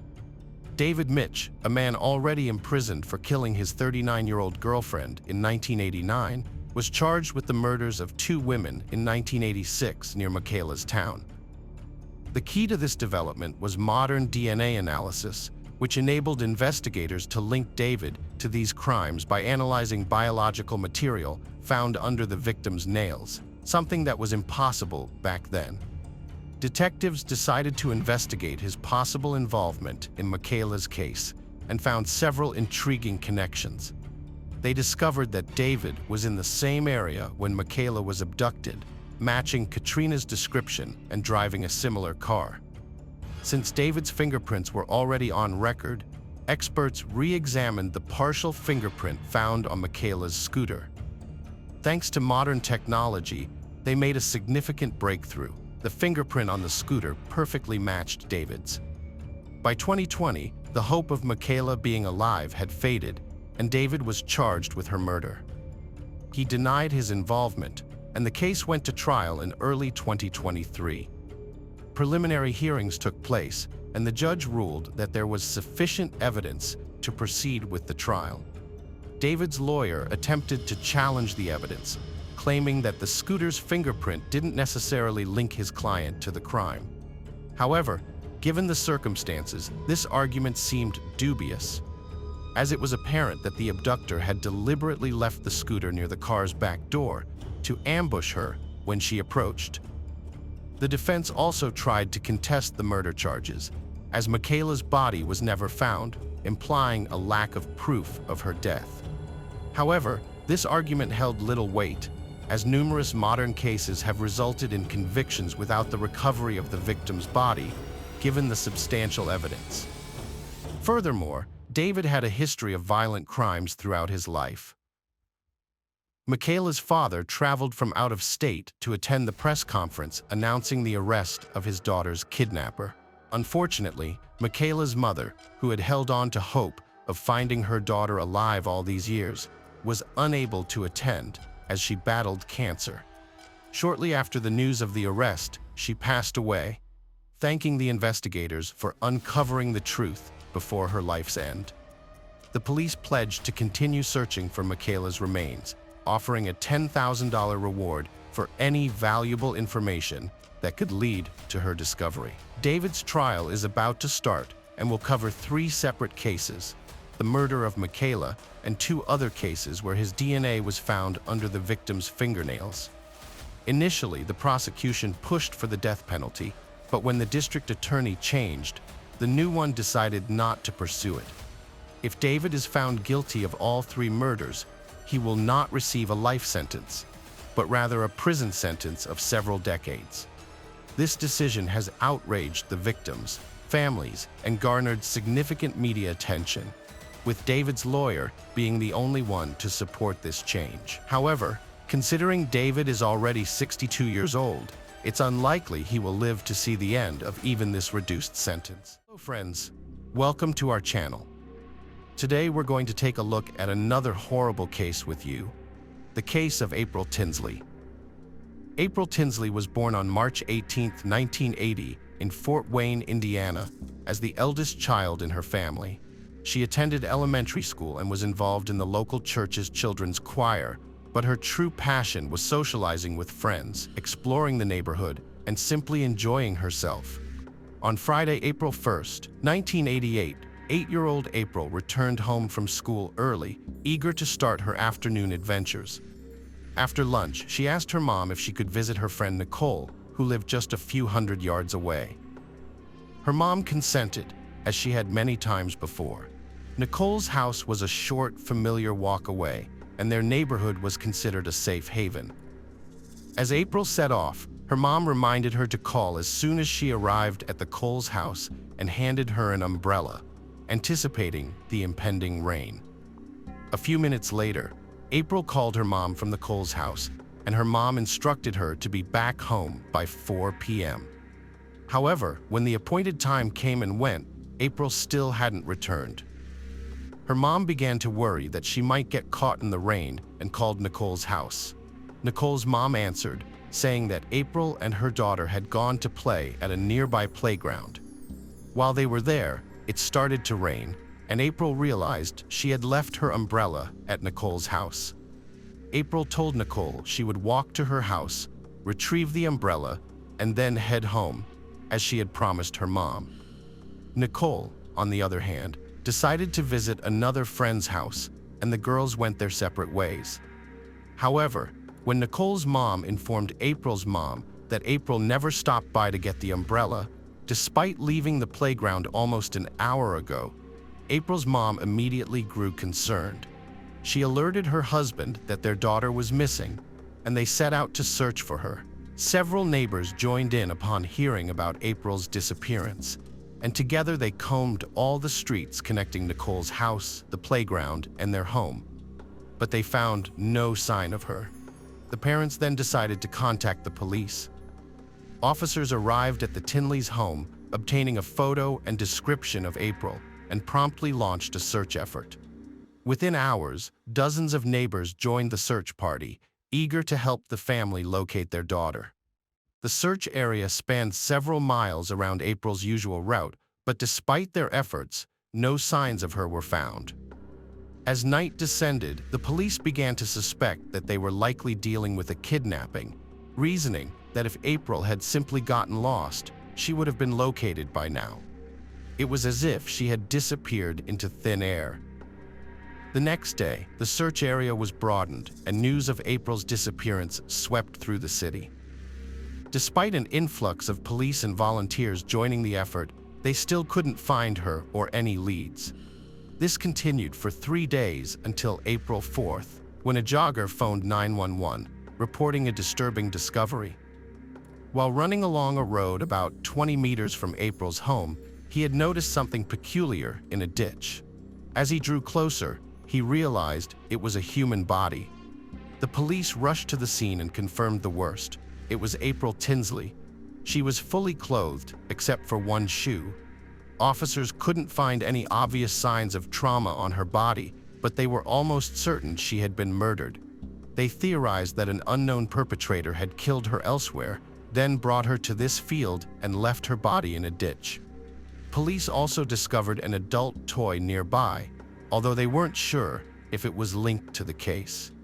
Later, they found April's second shoe lying on the other side of the road, a few hundred yards from her body.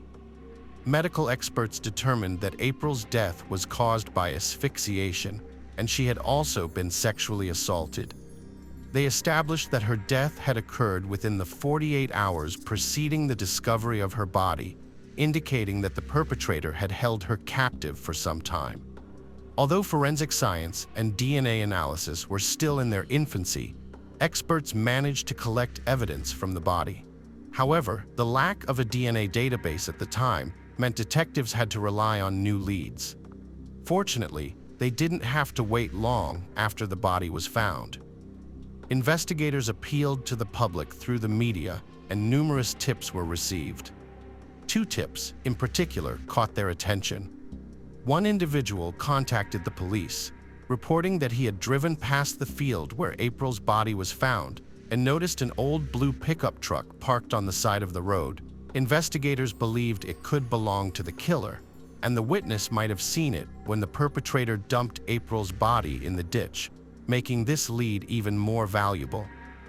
A woman living along the route from the playground to Nicole's house reported seeing a girl resembling April on the day of her disappearance. According to the witness, as the girl walked along the road, an old blue pickup truck pulled up beside her, and, a few seconds later, it drove away with the girl on board. Although the car obstructed her view, the witness couldn't see exactly how the girl got inside. This tip became the first significant lead for investigators, who were also provided with a description of the driver: a white man around 30 years old with blonde or ginger hair. Based on this information, police created a sketch of the suspect and distributed it to the media, along with a description of his vehicle, hoping someone would recognize him.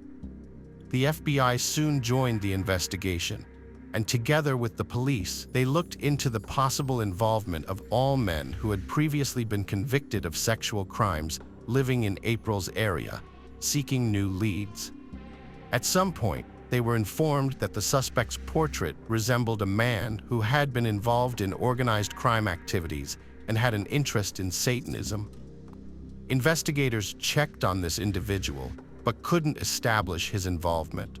However, they arrested him for another offense unrelated to April's disappearance. Police continued to pursue leads and investigate numerous individuals, but they failed to make any significant breakthroughs.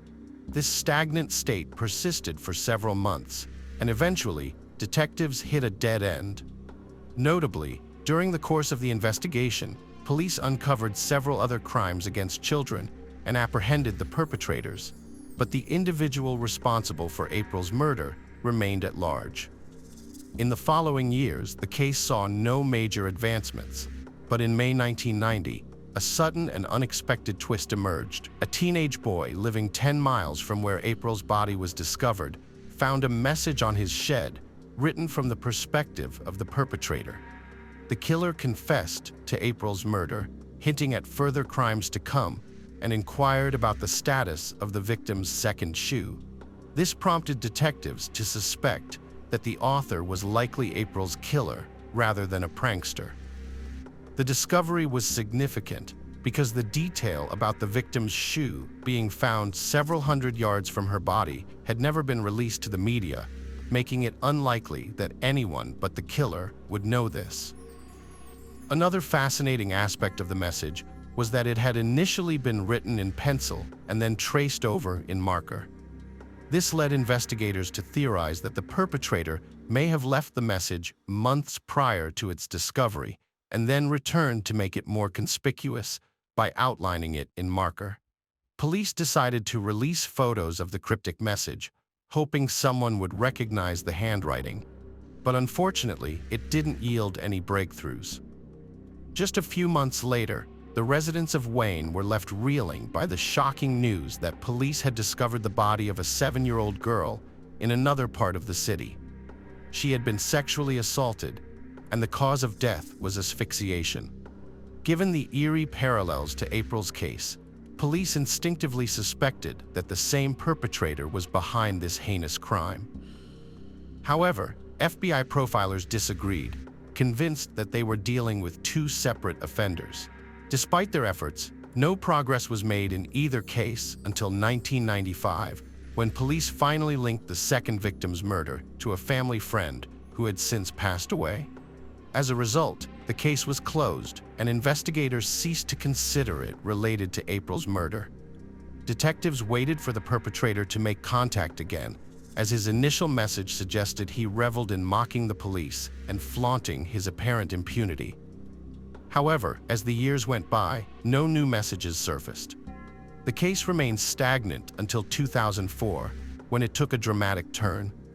A Fort Wayne girl discovered a plastic zip bag in her bike basket containing a chilling note that left her shaken. She promptly showed it to her parents, who alerted the authorities. The note read, "Hello, dear. I've been watching you. I'm the one who kidnapped, assaulted, and killed April Tensley. I have a gift for you. You'll be my next victim if you don't report this to the police, and I don't see this note in tomorrow's local news. I'll destroy your home, killing everyone but you. You'll be mine." The police had no doubt that the note's author was indeed April's killer. Inside the bag with the note was a used condom sent to the laboratory for analysis. By 2004, DNA profiling had become a routine tool, and experts had already extracted a profile from the semen found on April's body. Now the analysis revealed that the biological sample from the condom matched the same individual, but he was not in the FBI database. The police reopened April's case and soon received a report of a second note. Another girl had found a plastic bag containing a similar message, including a used condom with the same man's DNA. The perpetrator had written that he had killed April Tinsley and threatened to kill this girl as well. In the following months, the police received 2 more calls about similar notes found by other girls. This time, the perpetrator had attached Polaroid photos of his genitalia, which investigators examined for clues. Although all they noticed was a green pattern on the bedsheet in the background, they tried to locate stores selling similar bedding, but it didn't lead to a breakthrough. Within just a few months, the perpetrator had left a total of 4 notes, but then fell silent for years. Once again, in 2009, the FBI released a detailed profile of the killer, including witness-identified physical characteristics, but unfortunately, it yielded no leads. For Fort Wayne investigators, this case remained a top priority for several compelling reasons. Firstly, and most importantly, they were driven to achieve justice and bring the perpetrator who took April's life to account. The killer's audacity was further demonstrated by his taunting messages to the police, which suggested he believed he would never be caught, and his threats against other girls. In a brazen move, he left behind his DNA for detectives to find, providing them with numerous biological samples. However, despite the wealth of evidence, April's killer remained absent from the FBI's database over the years, indicating he had avoided serious criminal convictions and continued to live freely. In 2012, a popular television program about unsolved crimes featured April's case, generating a fresh wave of tips, but each one ultimately led to a dead end. In 2015, detectives reopened the investigation and turned to Parabon, a company that provided law enforcement agencies with a novel service, creating portraits of individuals based on their DNA samples. This innovative approach had already successfully solved several cases. Investigators shared the portrait of the suspect in April's case online and with the media, hoping someone would recognize the person. However, luck was not on their side, and they didn't receive any valuable leads, but the police remained determined. Years later, in 2018, they contacted Parabon again, this time to explore genetic genealogy, a pioneering approach. This method involves experts taking a DNA sample and scouring publicly available genetic databases for any relatives of the DNA owner, no matter how distant. They typically find thousands of people, then study their family trees to identify someone who matches the perpetrator's criteria, such as gender, age, location at the time of the crime, and more. The unique aspect of this method is that the DNA owner doesn't need to be in a database. They can be identified solely through a long chain of relatives. Detectives working on April's case sent the killer's DNA sample to Parabon once again, waiting patiently for the results. The process of tracing relatives and studying their family trees was a lengthy one, requiring experts to sift through vast amounts of data over several months. Eventually, they informed the detectives that they had traced the DNA lineage to 2 brothers living in Fort Wayne. Now, the police had to determine which of the brothers was the killer. They placed both men under surveillance, collecting their trash in the hopes of extracting DNA samples. It wasn't long before the experts called the detectives with the long-awaited news. 30 years after the murder, they had found a perfect match. The DNA taken from the victim's body and the condoms matched the DNA of one of the brothers, 59-year-old John Miller, who lived in the small town of Grail, not far from where April's body was found. At the time of the murder, he was 29 years old and resided in the same trailer. The police decided to obtain a direct DNA sample from Miller and interrogate him. When they arrived at his trailer and asked him to accompany them to the station, he astutely guessed they were there about April Tinsley. On the way to the station, Miller engaged in small talk, appearing remarkably relaxed. At the interrogation, Miller neither denied nor contested the allegations and confessed to abducting, sexually assaulting, and murdering April. He claimed to have deliberately targeted Fort Wayne, spotting April on a deserted street and telling her to get into his car, to which she silently acquiesced. He then took her to his trailer, where he assaulted and killed her before dumping her body.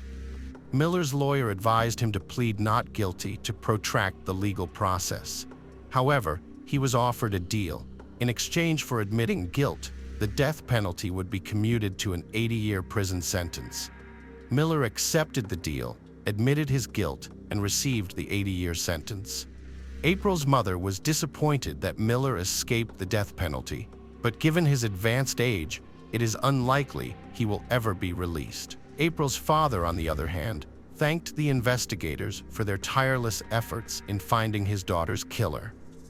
The detectives believe Miller had a motive for wanting to be caught. He deliberately courted attention, taking risks such as leaving DNA samples at the crime scene.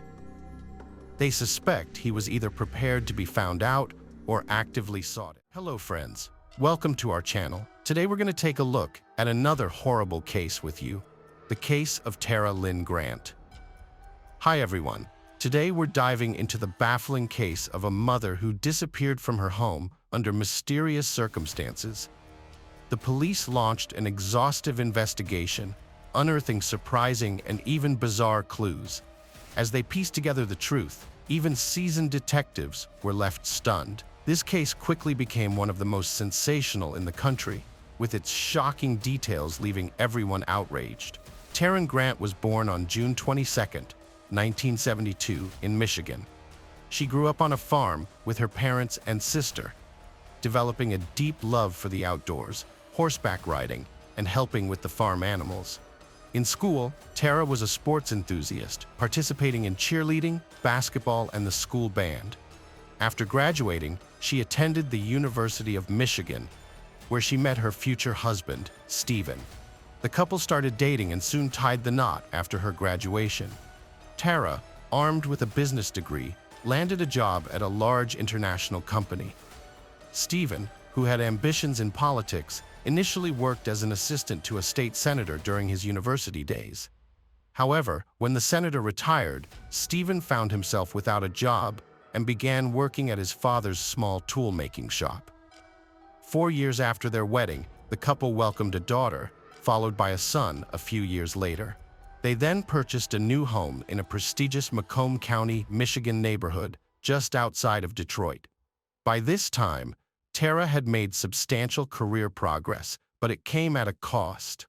Her job required frequent travel, often to different states and countries, limiting her to weekend visits with her family. As a result, Stephen assumed most of the childcare responsibilities. His flexible schedule at his father's company allowed him to spend more time with the kids, but juggling work and childcare remained a challenge. To alleviate this, they decided to hire a full-time nanny. Through a special program, they found a young woman from Germany who would live with them and care for their children. Thanks to Tara's job, they could afford this arrangement, and the new nanny quickly bonded with their children, taking on most childcare duties. With his newfound free time, Stephen also started working part-time as a youth soccer coach. But despite their comfortable financial situation, Tara's constant absence put a strain on her relationship with Stephen. With her only being home on weekends, their arguments became more frequent. Tara held on to the hope that her next promotion would allow her to adjust her schedule and spend more quality time at home, but until then, she was constantly away on business trips. This uneasy routine continued until February 14, 2007, when an unexpected turn of events unfolded. On Valentine's Day, Stephen grew concerned and called the police, reporting that Tara had been out of touch for 5 days, a rarity. He recounted the events of February 9th, when Tara returned from a business trip, only to announce she had to leave a day early, leaving them with just 1 day together. The tension between them escalated into another argument, and Tara began packing her suitcase. Stephen overheard her making a hushed phone call, saying, "I'll be waiting at the end of the street," before she swiftly departed, getting into a dark-colored car. Since then, Tara had been unreachable, ignoring all of Stephen's calls. The police's first question was why Stephen had waited 5 days to report Tara's disappearance. But Stephen claimed he hadn't been initially concerned, thinking she'd simply left early for her business trip and was ignoring his calls due to their recent argument. However, as the days passed, he began to worry when she failed to contact the kids, aged 3 and 7, as she normally did when away. Then, on Monday, Tara's boss called to say she'd missed a meeting, which was highly unusual and suggested she hadn't gone to work at all. Stephen informed Tara's relatives about her disappearance, but they were skeptical, assuming she'd taken a break from him and their constant arguing. After all, Tara had confided in her parents about the strain her job was putting on their relationship and the frequent rows that had become a regular feature of their lives. Her relatives thought she'd soon return home, needing time and space from Stephen. As time passed, Tara's absence continued and her silence persisted. Eventually, Stephen's concern turned to worry, and he contacted the police. During the police interrogation, the officers noticed several suspicious scratches on Stephen's body. When questioned about a possible physical altercation with his wife, Stephen attributed the marks to his frequent work with metal parts at his father's shop, citing regular scratches as an occupational hazard. Following the station interview, the detectives requested a search of the couple's home, which Stephen granted. Upon arrival, they found that all of Tara's belongings, including her personal documents and purse, were missing, along with her luggage. Stephen also provided access to Tara's computer, allowing the detectives to review her bank account activity. The lack of transactions since her disappearance seemed unusual, as one would expect some financial activity if she had indeed traveled, such as booking a flight or hotel. During the search of the house, detectives failed to uncover any clues that could explain Tara's disappearance. With no signs of a crime, they were left to retracing her steps since February 9th. The local police department, accustomed to handling minor disputes and nonviolent incidents in the area, was inexperienced in investigating such cases, given the region's reputation as one of the safest in the country. Stephen was outraged when asked to take a polygraph test, feeling accused by the police. He tearfully insisted he would never harm his wife. The police departed, considering their next moves, but Stephen surprisingly called them the following morning, ready to cooperate. However, just moments later, his lawyer intervened, advising against the interrogation. The police had no choice but to focus on Stephen as the prime suspect, being Tara's husband. Standard procedure aside, they had no other leads to pursue. Tara's relatives, friends, and colleagues all claimed to have had no contact with her since February 9th and were clueless about her whereabouts. Moreover, her bank account remained inactive, despite her likely need for financial transactions. Detectives shifted their focus to Stephen, and it didn't take long to uncover an important detail. His driver's license had been revoked, yet he continued to drive. They waited for him to get behind the wheel and then arrested him. However, Stephen still felt like he was being persisted in refusing police cooperation, accusing them of misallocating resources on him rather than focusing on finding Tara. Conversely, he actively courted the media, which began extensive coverage of the case from its early stages. Tara's enigmatic disappearance sparked widespread public interest, and Stephen became a constant presence in front of cameras, daily pleading for her safe return. As the case unfolded, the company that had facilitated the hiring of the nanny for Stephen and Tara took action, ultimately deciding to send her back to Germany. Prior to her departure, she provided a statement to the authorities, speaking highly of her experience in their household. She also revealed that on the evening Tara returned home, she had been out at a bar with friends. Upon her return, she encountered Stephen, who appeared distraught, informing her that Tara had just exited the house. Despite refusing to cooperate with the police, Stephen hired a former FBI agent as a private detective to investigate Tara's disappearance. However, this effort also yielded no results. With no leads, the police decided to take a different approach. They contacted the agency that helped Tara and Stephen find their nanny, and there they made an interesting discovery. Before hiring the nanny from Germany, the couple had employed 6 other nannies, none of whom stayed in the job for long. When detectives spoke to these former nannies, almost all described Stephen's behavior as not only strange, but also intimidating. According to their accounts, Stephen would rummage through their belongings, ask them inappropriate questions, and frequently yell at them, treating them like they were his subordinates. The police were puzzled by the stark contrast between these descriptions and the German nanny's glowing account of her time with the family. They obtained permission to monitor her emails and phone calls, which led to a surprising revelation. Detectives uncovered messages between the nanny and Stephen, revealing that they had been having an affair. It turned out that the 19-year-old nanny had been in a romantic relationship with Stephen during Tara's business trips, and this continued until she was forced to leave the country. Although the police considered Stephen's infidelity a significant lead, it did not directly link him to Tara's disappearance. Thus, they continued searching for additional evidence. During interviews with Tara's relatives and friends, detectives discovered that almost everyone had disliked Stephen since she married him. They described him as behaving strangely, trying to control her every move, and having poor relationships with her family members. The investigation further revealed that Stephen's former girlfriend, whom he dated before meeting Tara, contacted the police with some information. She disclosed that Stephen had reached out to her several months prior, and their conversations gradually became more intimate over time. Stephen eventually expressed his desire to start a relationship. He took on almost all parenting responsibilities and was a better mother than she was.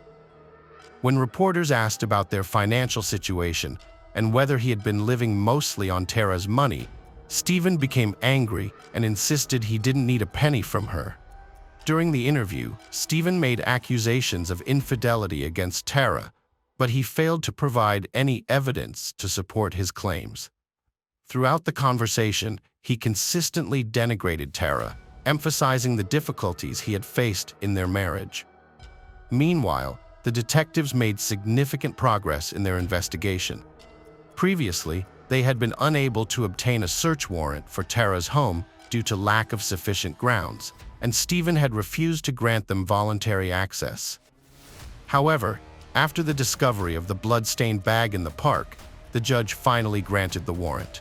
As the police arrived at the house, Stephen returned from the interview. Upon being informed of the search warrant, he unlocked the door for the detectives before contacting his lawyer. The lawyer asked the police if his client, Stephen, was under arrest, and they replied that he was not. Stephen then announced that he would take his dog for a walk, retrieved it from the house, and left the premises while the police conducted a search. As the police searched the house room by room, they eventually reached the garage, where one of the detectives spotted a large green container holding several plastic bags. Upon opening one of the bags, they discovered an unknown substance along with what appeared to be women's clothing. Opening another bag, the officer was horrified to find what likely were human remains. In total, the container held 5 bags, and the detectives quickly confirmed that they contained the remains of a woman. The police realized that they had found Tara's body and that Stephen was likely her killer. However, Stephen had not returned, so the police immediately launched a search for him, fearing he might flee or harm someone else, knowing that he would likely face prison time. Meanwhile, officers called in reinforcements to search the nearby park, as only a portion of Tara's remains were found in the garage. Over 100 officers from neighboring districts were dispatched to assist in the search. Their efforts quickly paid off, as they found another part of the body several hundred yards from where the bag was discovered, and later they found the head. Due to the cold temperatures, the remains were well preserved, allowing detectives to confirm that they belonged to Tara. As the search continued, the police found several more body parts, and when night fell, the search was suspended until morning. All this time, detectives were also trying to track down Stephen, but they were unsuccessful. They contacted his friends, and one of them came forward, saying Stephen had phoned him to let him know the police were searching his house and asking for a ride from the street. The friend drove to the location and picked Stephen up, taking him to his own home. During the drive, the friend noticed Stephen's strange behavior. He was terrified, his hands were trembling, and it seemed like he was on the edge of a nervous collapse.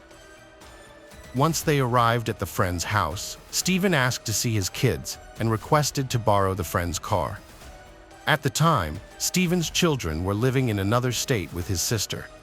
The friend handed over his pickup truck, and Stephen took off. The police asked for information about Stephen's phone and credit cards, which enabled them to rapidly trace his journey.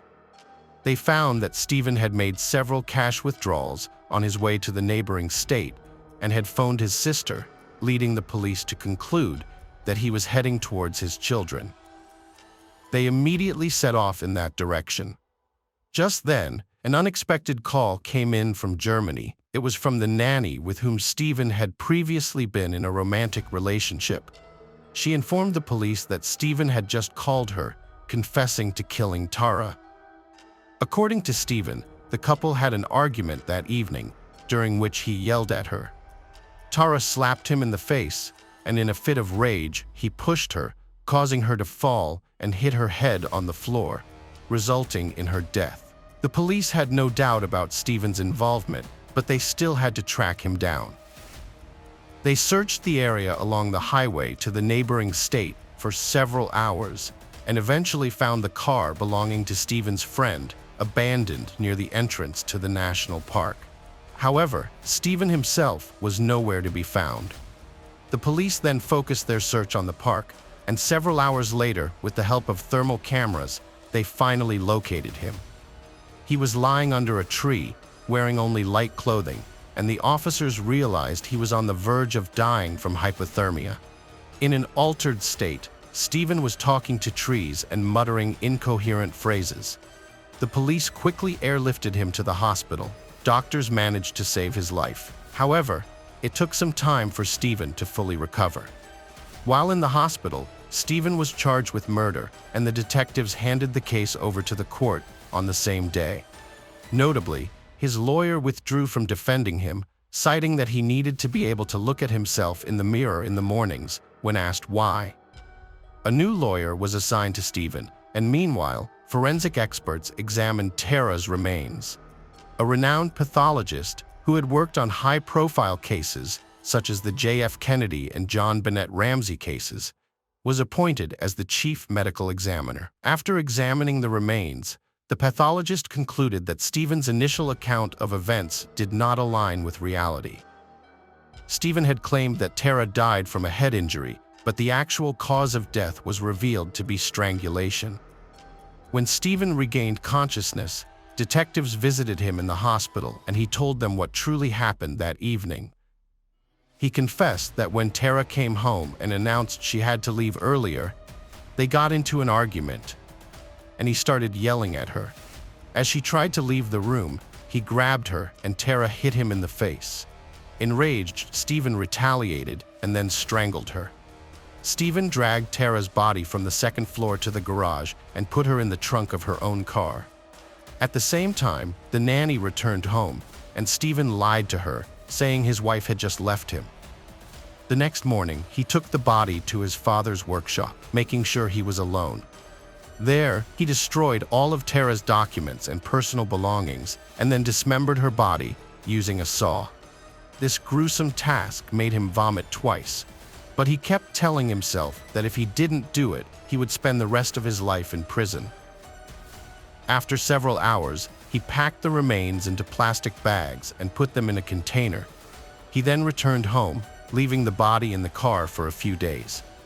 During this time, he was thinking of ways to get rid of the body without arousing suspicion. To create an alibi, he repeatedly called Tara's phone and left messages on her voicemail, pleading with her to come home. One day, Stephen took his children's snow sled to the park, where the bags containing human remains would later be discovered. He placed a container on the sled and pulled it up a hill away from the crowded areas. However, the rope slipped out of his hands, and the sled rolled down the hill, causing the container to overturn and the bags to spill out. Stephen picked up the bags, put the container back on the sled, and eventually buried them under the snow in a remote area before returning home. Days later, when the police started searching for Tara, detectives announced they were launching a search operation in the park. Stephen became anxious, as he knew one of the bags, the largest one, was not hidden well and feared it would be found quickly. He went to the park, retrieved a few bags, and carried them to his father's workshop, leaving them on the roof. The day before his interview, Stephen took a container from his home to the workshop, retrieved some bags from it, and brought them back to his garage. The next day, the police obtained a search warrant for his house and found the bags in the container, which led to Stephen's confession. It turned out that Stephen had planned to take his own life rather than surrender, but he couldn't follow through with it, even after nearly freezing to death. During his conversation with the police, Stephen showed no remorse for his actions and would often smile and joke, even when discussing how he got rid of the body.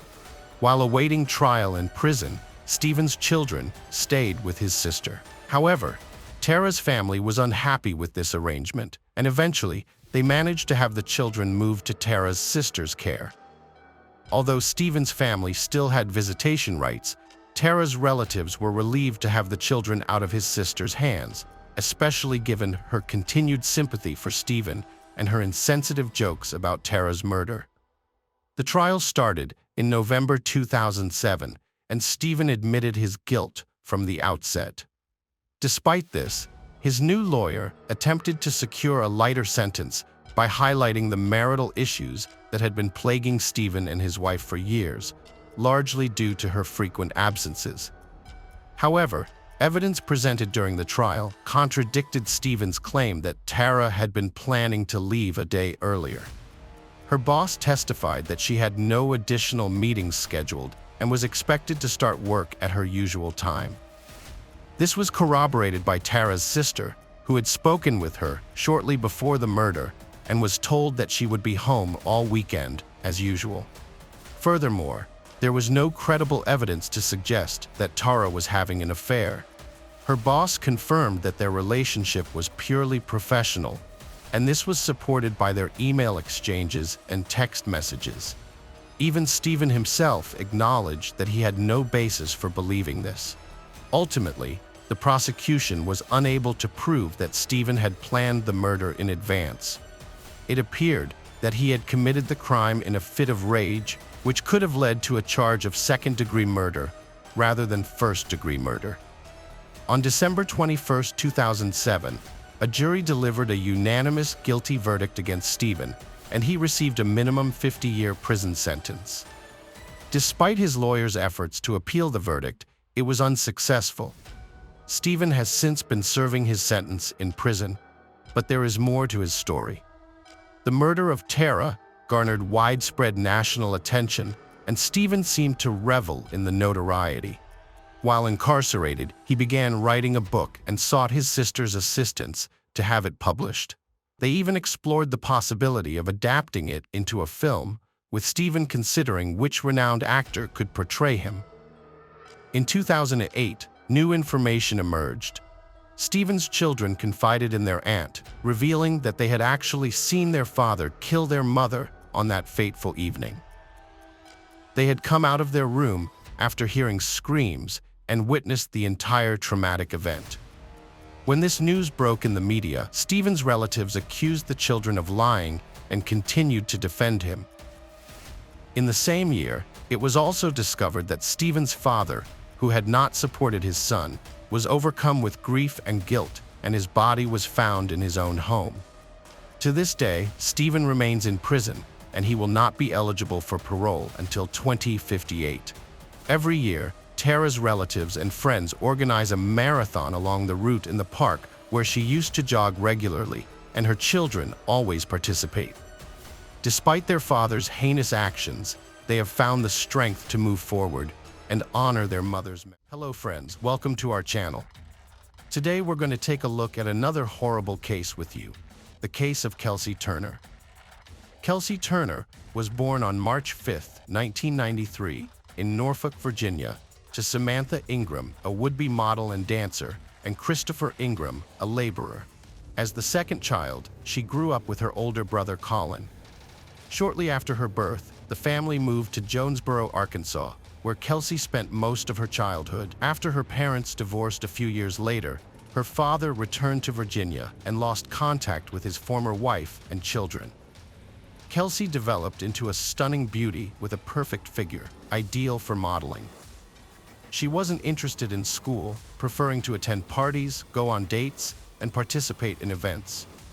Her dream was to become famous, feature on magazine covers, give interviews, and walk the red carpet. Although she lacked talent, her youth and good looks were her biggest assets. In high school, Kelsey began attending modeling castings, with her mother Samantha's strong support. Samantha had once aspired to be a model herself and was enthusiastic about her daughter's endeavors. However, Kelsey only managed to secure a couple of shoots for clothing catalogs. At 18, Kelsey married Judy Turner when she was already pregnant. Shortly after, she gave birth to a daughter named Beverly. However, their marriage was brief and ended in divorce by the time she was 20. After abandoning her runway modeling career, Kelsey decided to pursue a career as a men's magazine model. She created a portfolio featuring provocative photos and submitted them to various publications, which quickly caught the attention of several men's magazines. Kelsey viewed this as the start of a promising career and her path to a glamorous, carefree lifestyle, which she had always aspired to.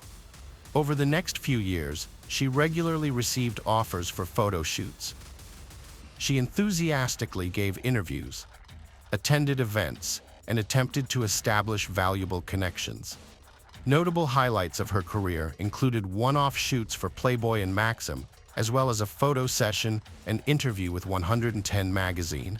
For these opportunities, she traveled to Los Angeles and Las Vegas.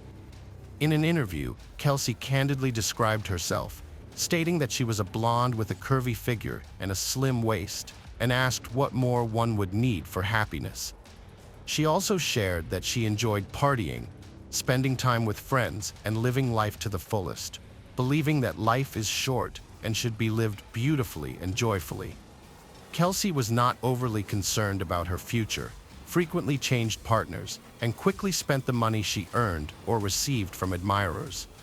At 23, Kelsey had another child, a son named Josh, but the father refused to acknowledge him or marry her. As her modeling career declined, Kelsey turned to social media to build a following.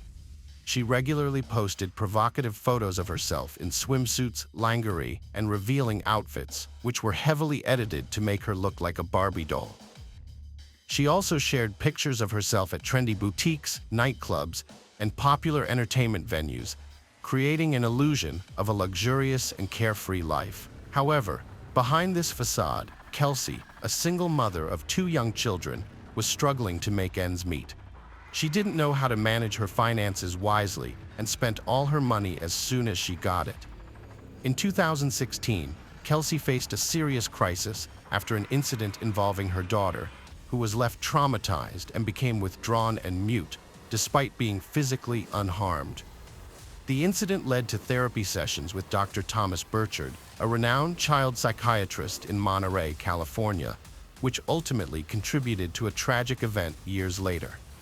Dr. Thomas Kirk Burchard was born in Boston, Massachusetts, on February 16, 1948, to a family of a prominent architect and engineer. His family later moved to Virginia, where his father taught at Harvard and the Architectural College at the Technological Institute. Thomas spent his childhood and youth in Virginia. Unlike his father, Thomas chose a career in medicine, specifically child psychology. After graduating from medical school and completing his thesis, Thomas worked as a pediatric psychiatry resident in several prestigious hospitals and lectured at colleges nationwide. Eventually, Dr. Burchard was employed at a public clinical hospital on the Monterey Peninsula in California, where he worked for over 40 years as a highly sought-after pediatric psychiatrist. Dr. Burchard was a highly respected doctor with a reputation for connecting with his young patients and taking on the toughest cases. He had a doctorate from the University of California, Berkeley, and an impressive academic record with over 300 scientific publications, cited nearly 40,000 times, giving him an H-index of 81. He was also known for his kindness, responsiveness, and generosity, particularly towards his young patients from low-income families. He even paid for hospital treatments for sick children and assisted single mothers. Dr. Burchard lived with a woman named D.Y., who was described as his assistant, housekeeper, lover, or fiancée. She was close to him and the first to notice changes in his behavior, which suggested early signs of dementia or Alzheimer's disease. As he approached his 70th birthday, Dr. Burchard became increasingly forgetful, absent-minded, and inattentive. To cope, he kept detailed diaries and notebooks to record everything, including names, dates, and events, to avoid confusion. He always carried a notebook with him containing sensitive information like banking details, account numbers, passwords, and card pins. Dr. Thomas Burchard's trusting nature led him to increase his financial support to those in need from hundreds to thousands of dollars. Kelsey Turner took advantage of Dr. Burchard's generosity. During her first visit with her daughter, she tearfully told the doctor that as a single mother of two, she couldn't afford his expensive services.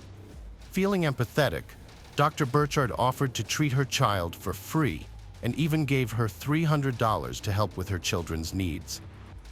Kelsey was surprised, but soon realized that by sharing fabricated, tearful stories about her struggles, she could extract more money from the elderly doctor. At their next session, she concocted a performance, tearfully describing her younger son's illness and claiming she couldn't afford his expensive medication. This time, she specified a fake amount, and Dr. Burchard gave it to her in full. Kelsey's luck had changed, and from that point on, she frequently fabricated emotional stories to extract large sums of money from the trusting older man. Instead of using the money to support her children, she spent it on her own leisure activities, luxury clothing, and beauty treatments. Unwilling to return to her hometown in Virginia, Kelsey convinced Thomas to pay for her rental housing in California, claiming it would be easier to find a job and the climate was better for her children. It didn't take much persuasion for the doctor to agree, and he paid for the apartment. There were whispers that Kelsey and Thomas were romantically involved, and that this was the reason the respected doctor accommodated her every request. While these whispers may have held some truth, Kelsey maintained that Thomas had a paternal affection for her and her children, and was helping them selflessly. This was supported in court by Judy, although she added that Kelsey shamelessly took advantage of the doctor's kindness and his declining mental state due to dementia. Thomas paid for Kelsey's rental housing, bills, and gave her large sums of cash for necessities. He also rented a luxurious Mercedes-Benz convertible for her, rather than a practical family vehicle suitable for transporting children safely. As Kelsey's modeling career came to an end, her youth faded, and she stopped receiving offers for photo shoots. But instead of getting a job, she relied on her wealthy benefactor, Thomas, for financial support. Over nearly 3 years, Kelsey tried to break free from Thomas, blackmailing and threatening him. Despite this, he spent around $500,000 on her and her children. However, Kelsey wasted all the money on luxuries, including breast augmentation and liposuction, hoping to revive her modeling career. She prioritized partying over her children, neglecting them in the process. As a result, her ex-husband gained sole custody of their daughter through the court, stripping Kelsey of her parental rights. She was left with only her younger son, whose father had never shown interest in his child. Thomas was furious when he discovered what was happening, not because of the girl's ex-husband, but because of Kelsey's behavior. He realized she was a neglectful mother who didn't care for her children and spent all the money meant for them on her own desires, entertainment, and clothes.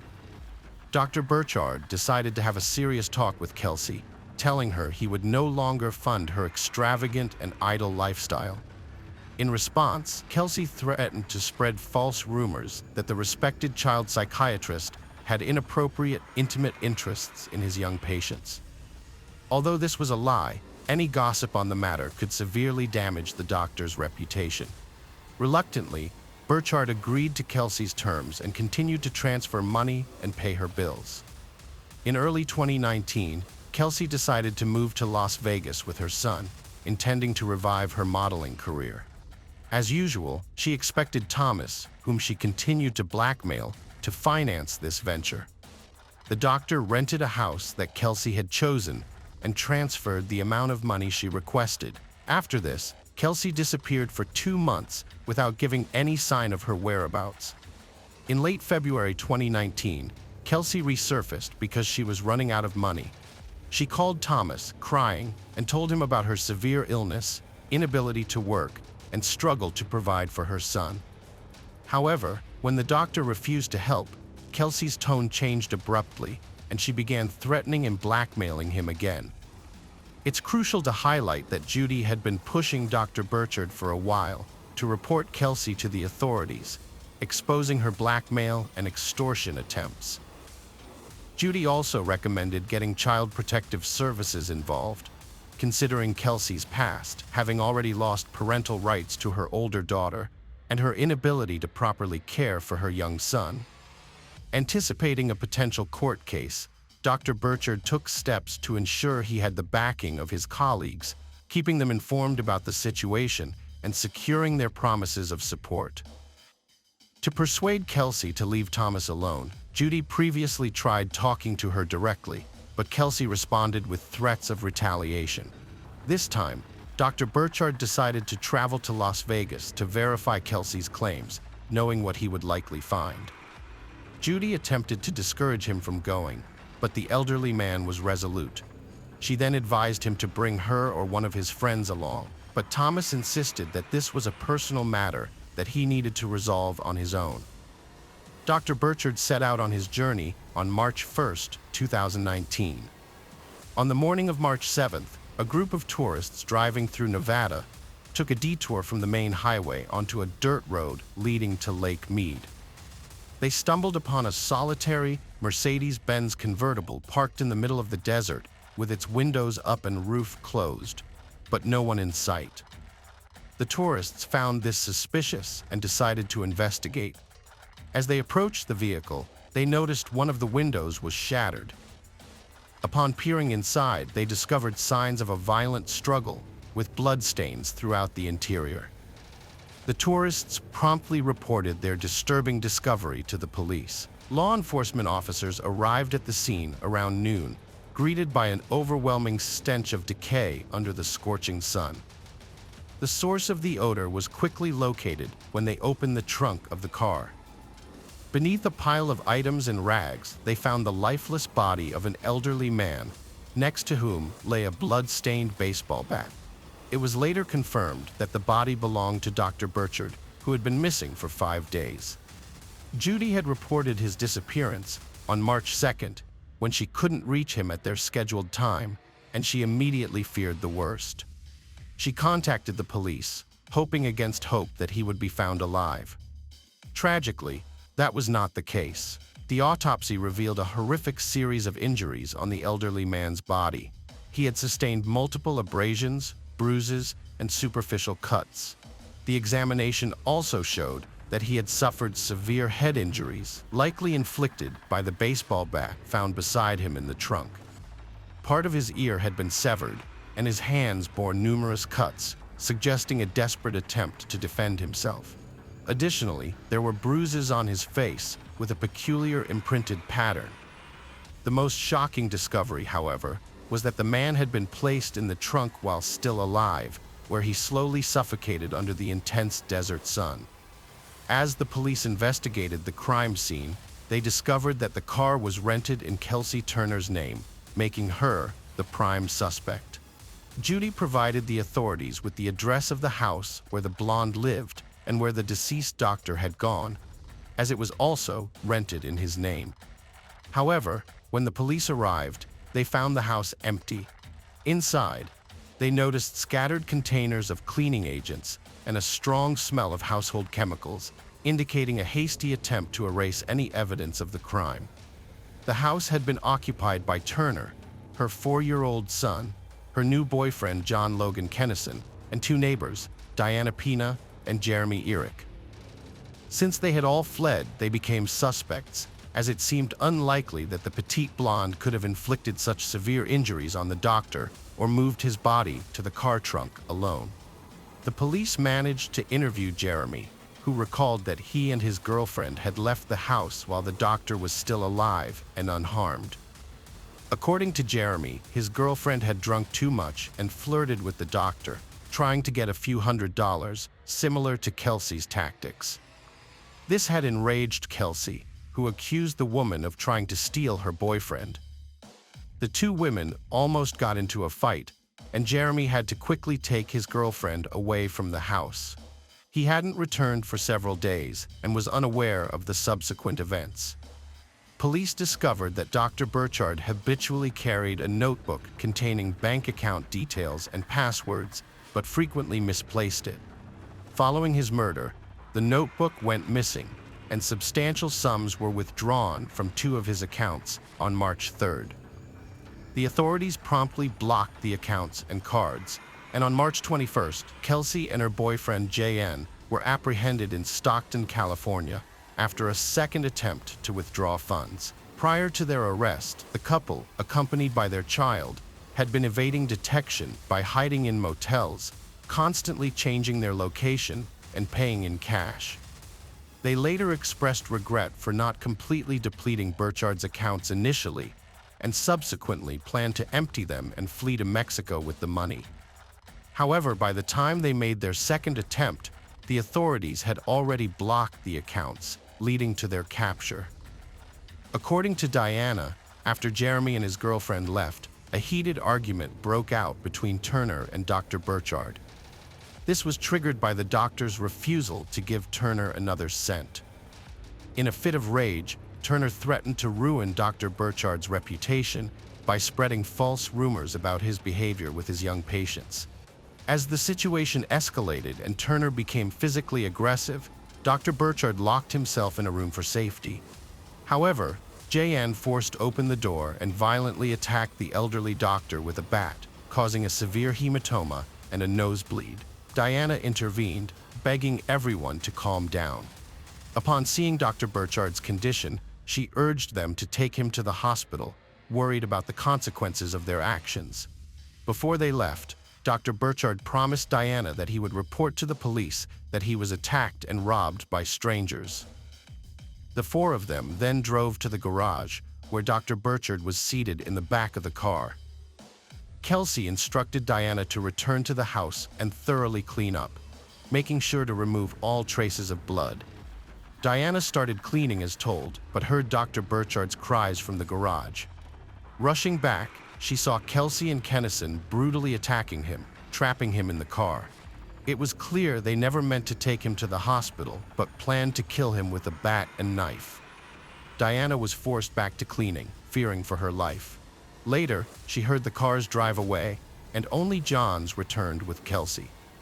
From the start, Diana chose to cooperate with the authorities by agreeing to a plea deal, which meant she would reveal everything she knew about the case. In return, she avoided being charged with being an accomplice and received a relatively light 3-year sentence for tampering with evidence. In contrast, her former lovers refused to take responsibility and instead blamed each other for the crime.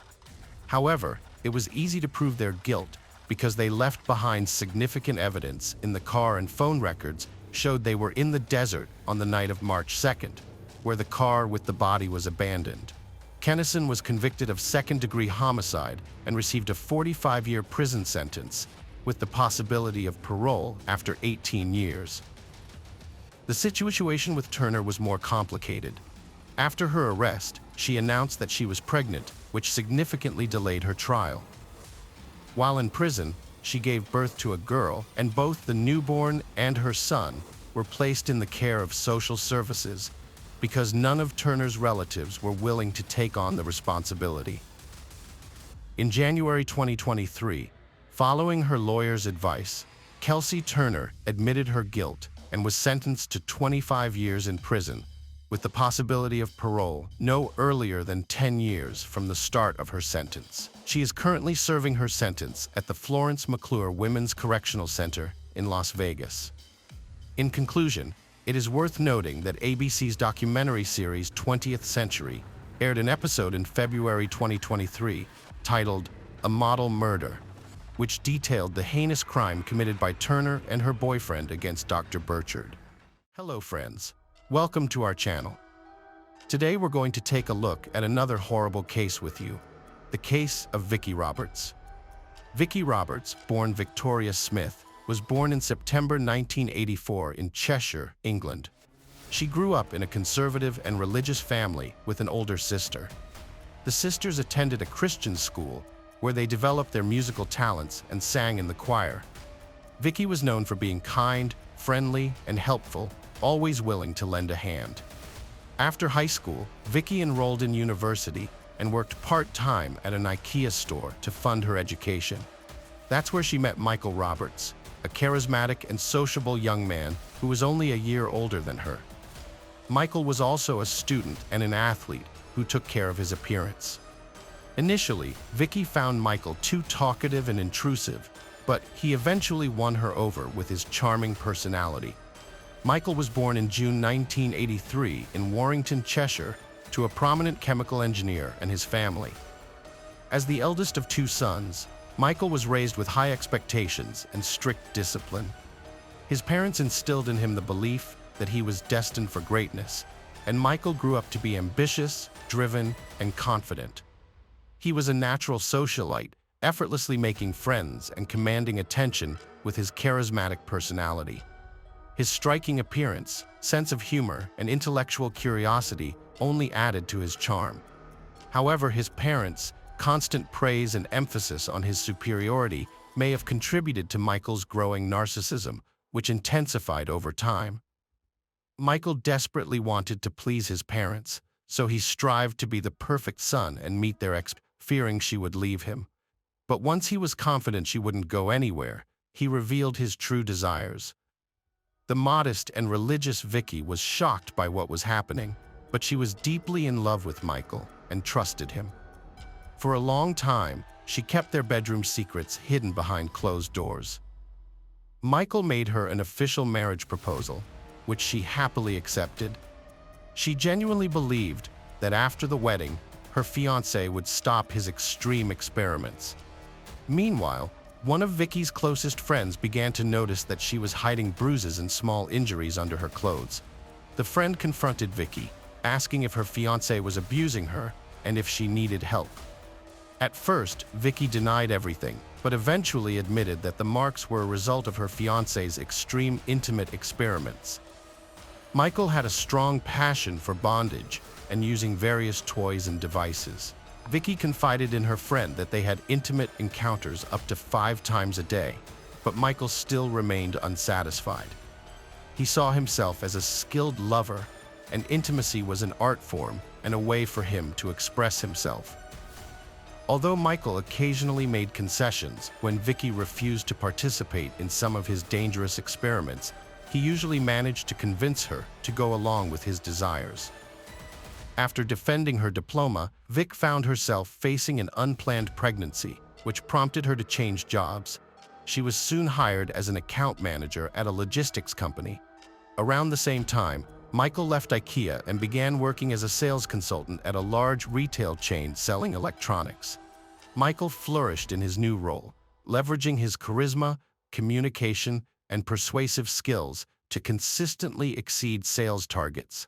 As a result, he quickly rose through the ranks, earning a promotion to senior sales. The management even considered transferring him to the main office, but first he needed to undergo training and improve his qualifications. As Michael attended training sessions and traveled to London for business, he felt proud and accomplished. However, in the process, he began to neglect his young fiancée, Vic. He only seemed to remember her existence when he needed intimacy, and their relationship suffered as a result. They stopped talking, hardly spent time together, and outside of the bedroom, Vic seemed to be invisible to him.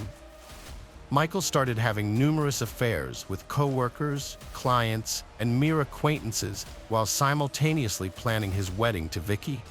He had an insatiable appetite for intimacy with various women, which boosted his self-esteem and gave him a sense of accomplishment. When Vicky discovered she was pregnant, she excitedly shared the news with Michael, expecting him to expedite their wedding plans. However, Michael's reaction was one of anger and frustration. He insisted that Vicky terminate the pregnancy, citing their young age and the idea that they had their whole lives ahead of them to have children. Vicky was shocked by his demand, but refused to consider abortion, prompting Michael to try to persuade her through other means. Michael convinced the bride, Vicky, that if her religious parents found out she was pregnant and living with him out of wedlock, they would be furious. He promised that they would keep the abortion a secret and have children after they got married. Vicky was torn, but Michael's persuasive nature eventually won her over, and she had the procedure. They were eager to see the couple get married and have grandchildren. With the help of their parents, the couple organized a grand wedding with all the trimmings, including a white dress and a limousine. The newlyweds looked happy and in love, with a long and fulfilling life ahead of them. After the wedding, the couple settled into a large and cozy house in a prestigious area of Warrington, not far from Robert's parents. However, what the relatives didn't know was that Michael had a dark side that Vicky was already well aware of.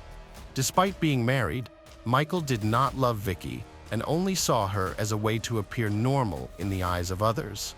Vicky never complained about Michael's infidelities and strange behaviors, and he was able to continue cheating on her without anyone suspecting a thing. At work, Michael was successful, earning promotions and a good salary after being transferred to a new office. Michael's direct supervisor, Carrie Hall, was a 10-year-old older, divorced mother who worked as the head of administration at Phones for You. Despite her busy schedule, she was attractive, well-groomed, and strong-willed as required by her position. For a long time, she ignored the signs of attention from her young subordinate, Michael. However, Michael saw this as a challenge and made a concerted effort to win her over, using his natural charm and eloquence. After about a month, Carrie reciprocated and they began a romantic relationship, secretly meeting in hotel rooms. Carrie described their relationship as turbulent, passionate, and experimental. As a mature, self-confident woman, Carrie was flattered by the attention of a younger man and was open to trying new things. With her, Michael could fulfill his fantasies that he couldn't with his modest wife. Michael frequently deceived his wife by claiming he was working late or attending corporate trainings, when in reality, he was meeting his mistress. He confided in his mistress about his unhappiness in his marriage, calling it a youthful mistake and expressing his willingness to divorce his wife. However, he failed to take action as his wife refused to grant him a divorce.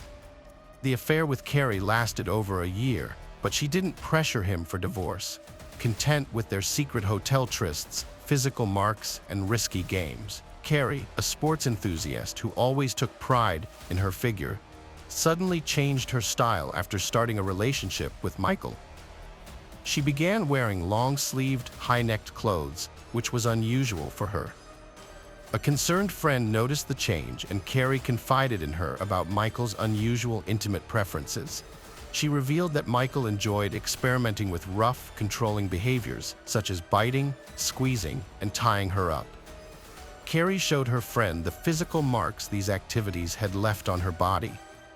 Although her friend urged her to go to the police, Carrie refused, saying that she had consented to these activities and that Michael usually warned her beforehand. However, she admitted that things sometimes got out of control, like when Michael would strangle her to supposedly enhance her pleasure, causing her to lose consciousness. Despite fearing these strangulation games, Carrie continued to succumb to Michael's persuasion, hoping that he would eventually tire of these cruel experiments or that she would become desensitized to them. Michael's wife and mistresses didn't try to intervene. Before they got married, Vicky had already suspected Michael's infidelity through open letters and a love letter. Despite knowing about his affairs, she believed her love and care could transform him into an exemplary family man. However, after their wedding, the situation deteriorated, and Michael convincingly denied his cheating. Vicky decided to investigate her husband's infidelity by looking through his phone while he was asleep. She was shocked to discover numerous intimate conversations between Michael and Carrie, as well as other girls, including explicit photos.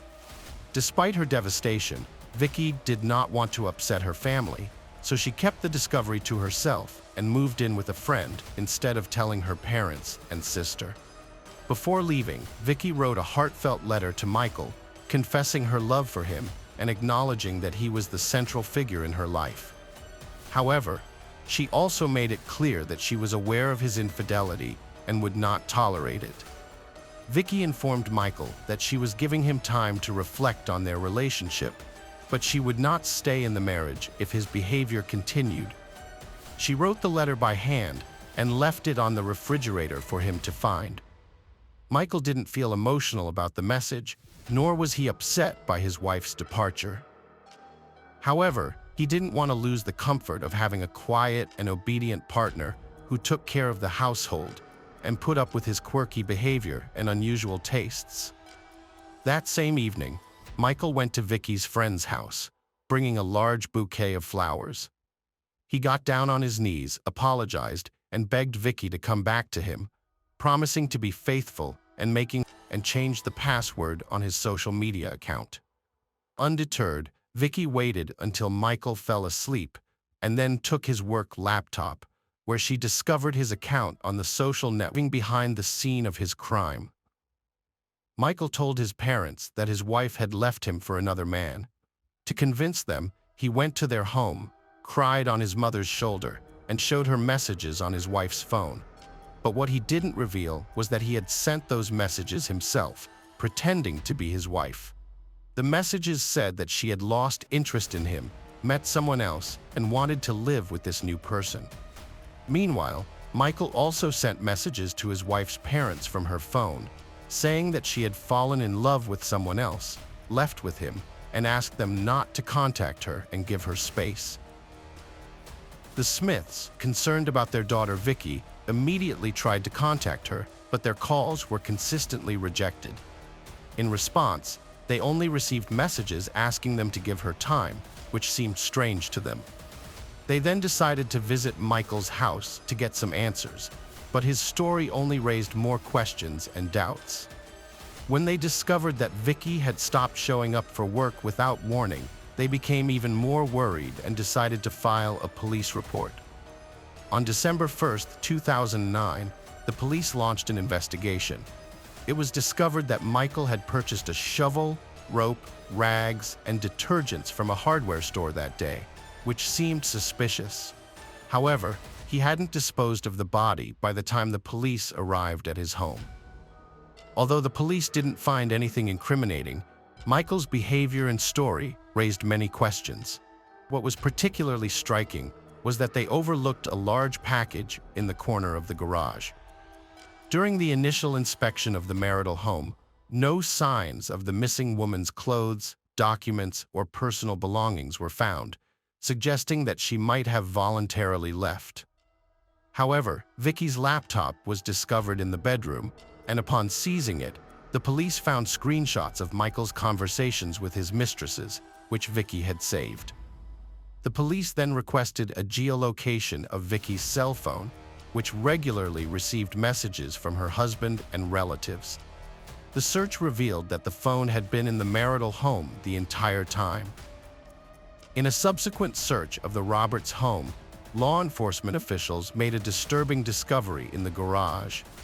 But just as they were processing this new evidence, Michael suddenly vanished from under their noses, taking a wallet with cash that allowed him to remain hidden for several days.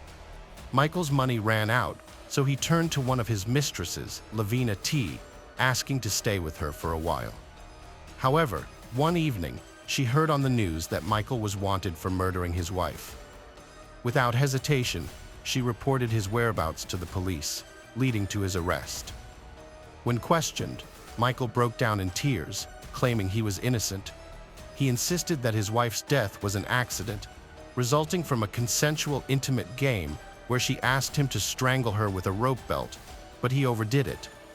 However, forensic experts uncovered contradictory evidence. The autopsy revealed that Michael's wife was strangled with bare hands, attacked from behind, and had 2 extensive hematomas on her head that occurred before her death, ruling out any connection to the alleged intimate game. Michael's trial began in January 2010, where he continued to plead innocence and hoped for leniency. Nevertheless, the autopsy results proved that Michael brutally hit his wife twice on the head and then strangled her, hiding her body in the garage. Michael Roberts was convicted of first-degree murder and sentenced to life in prison,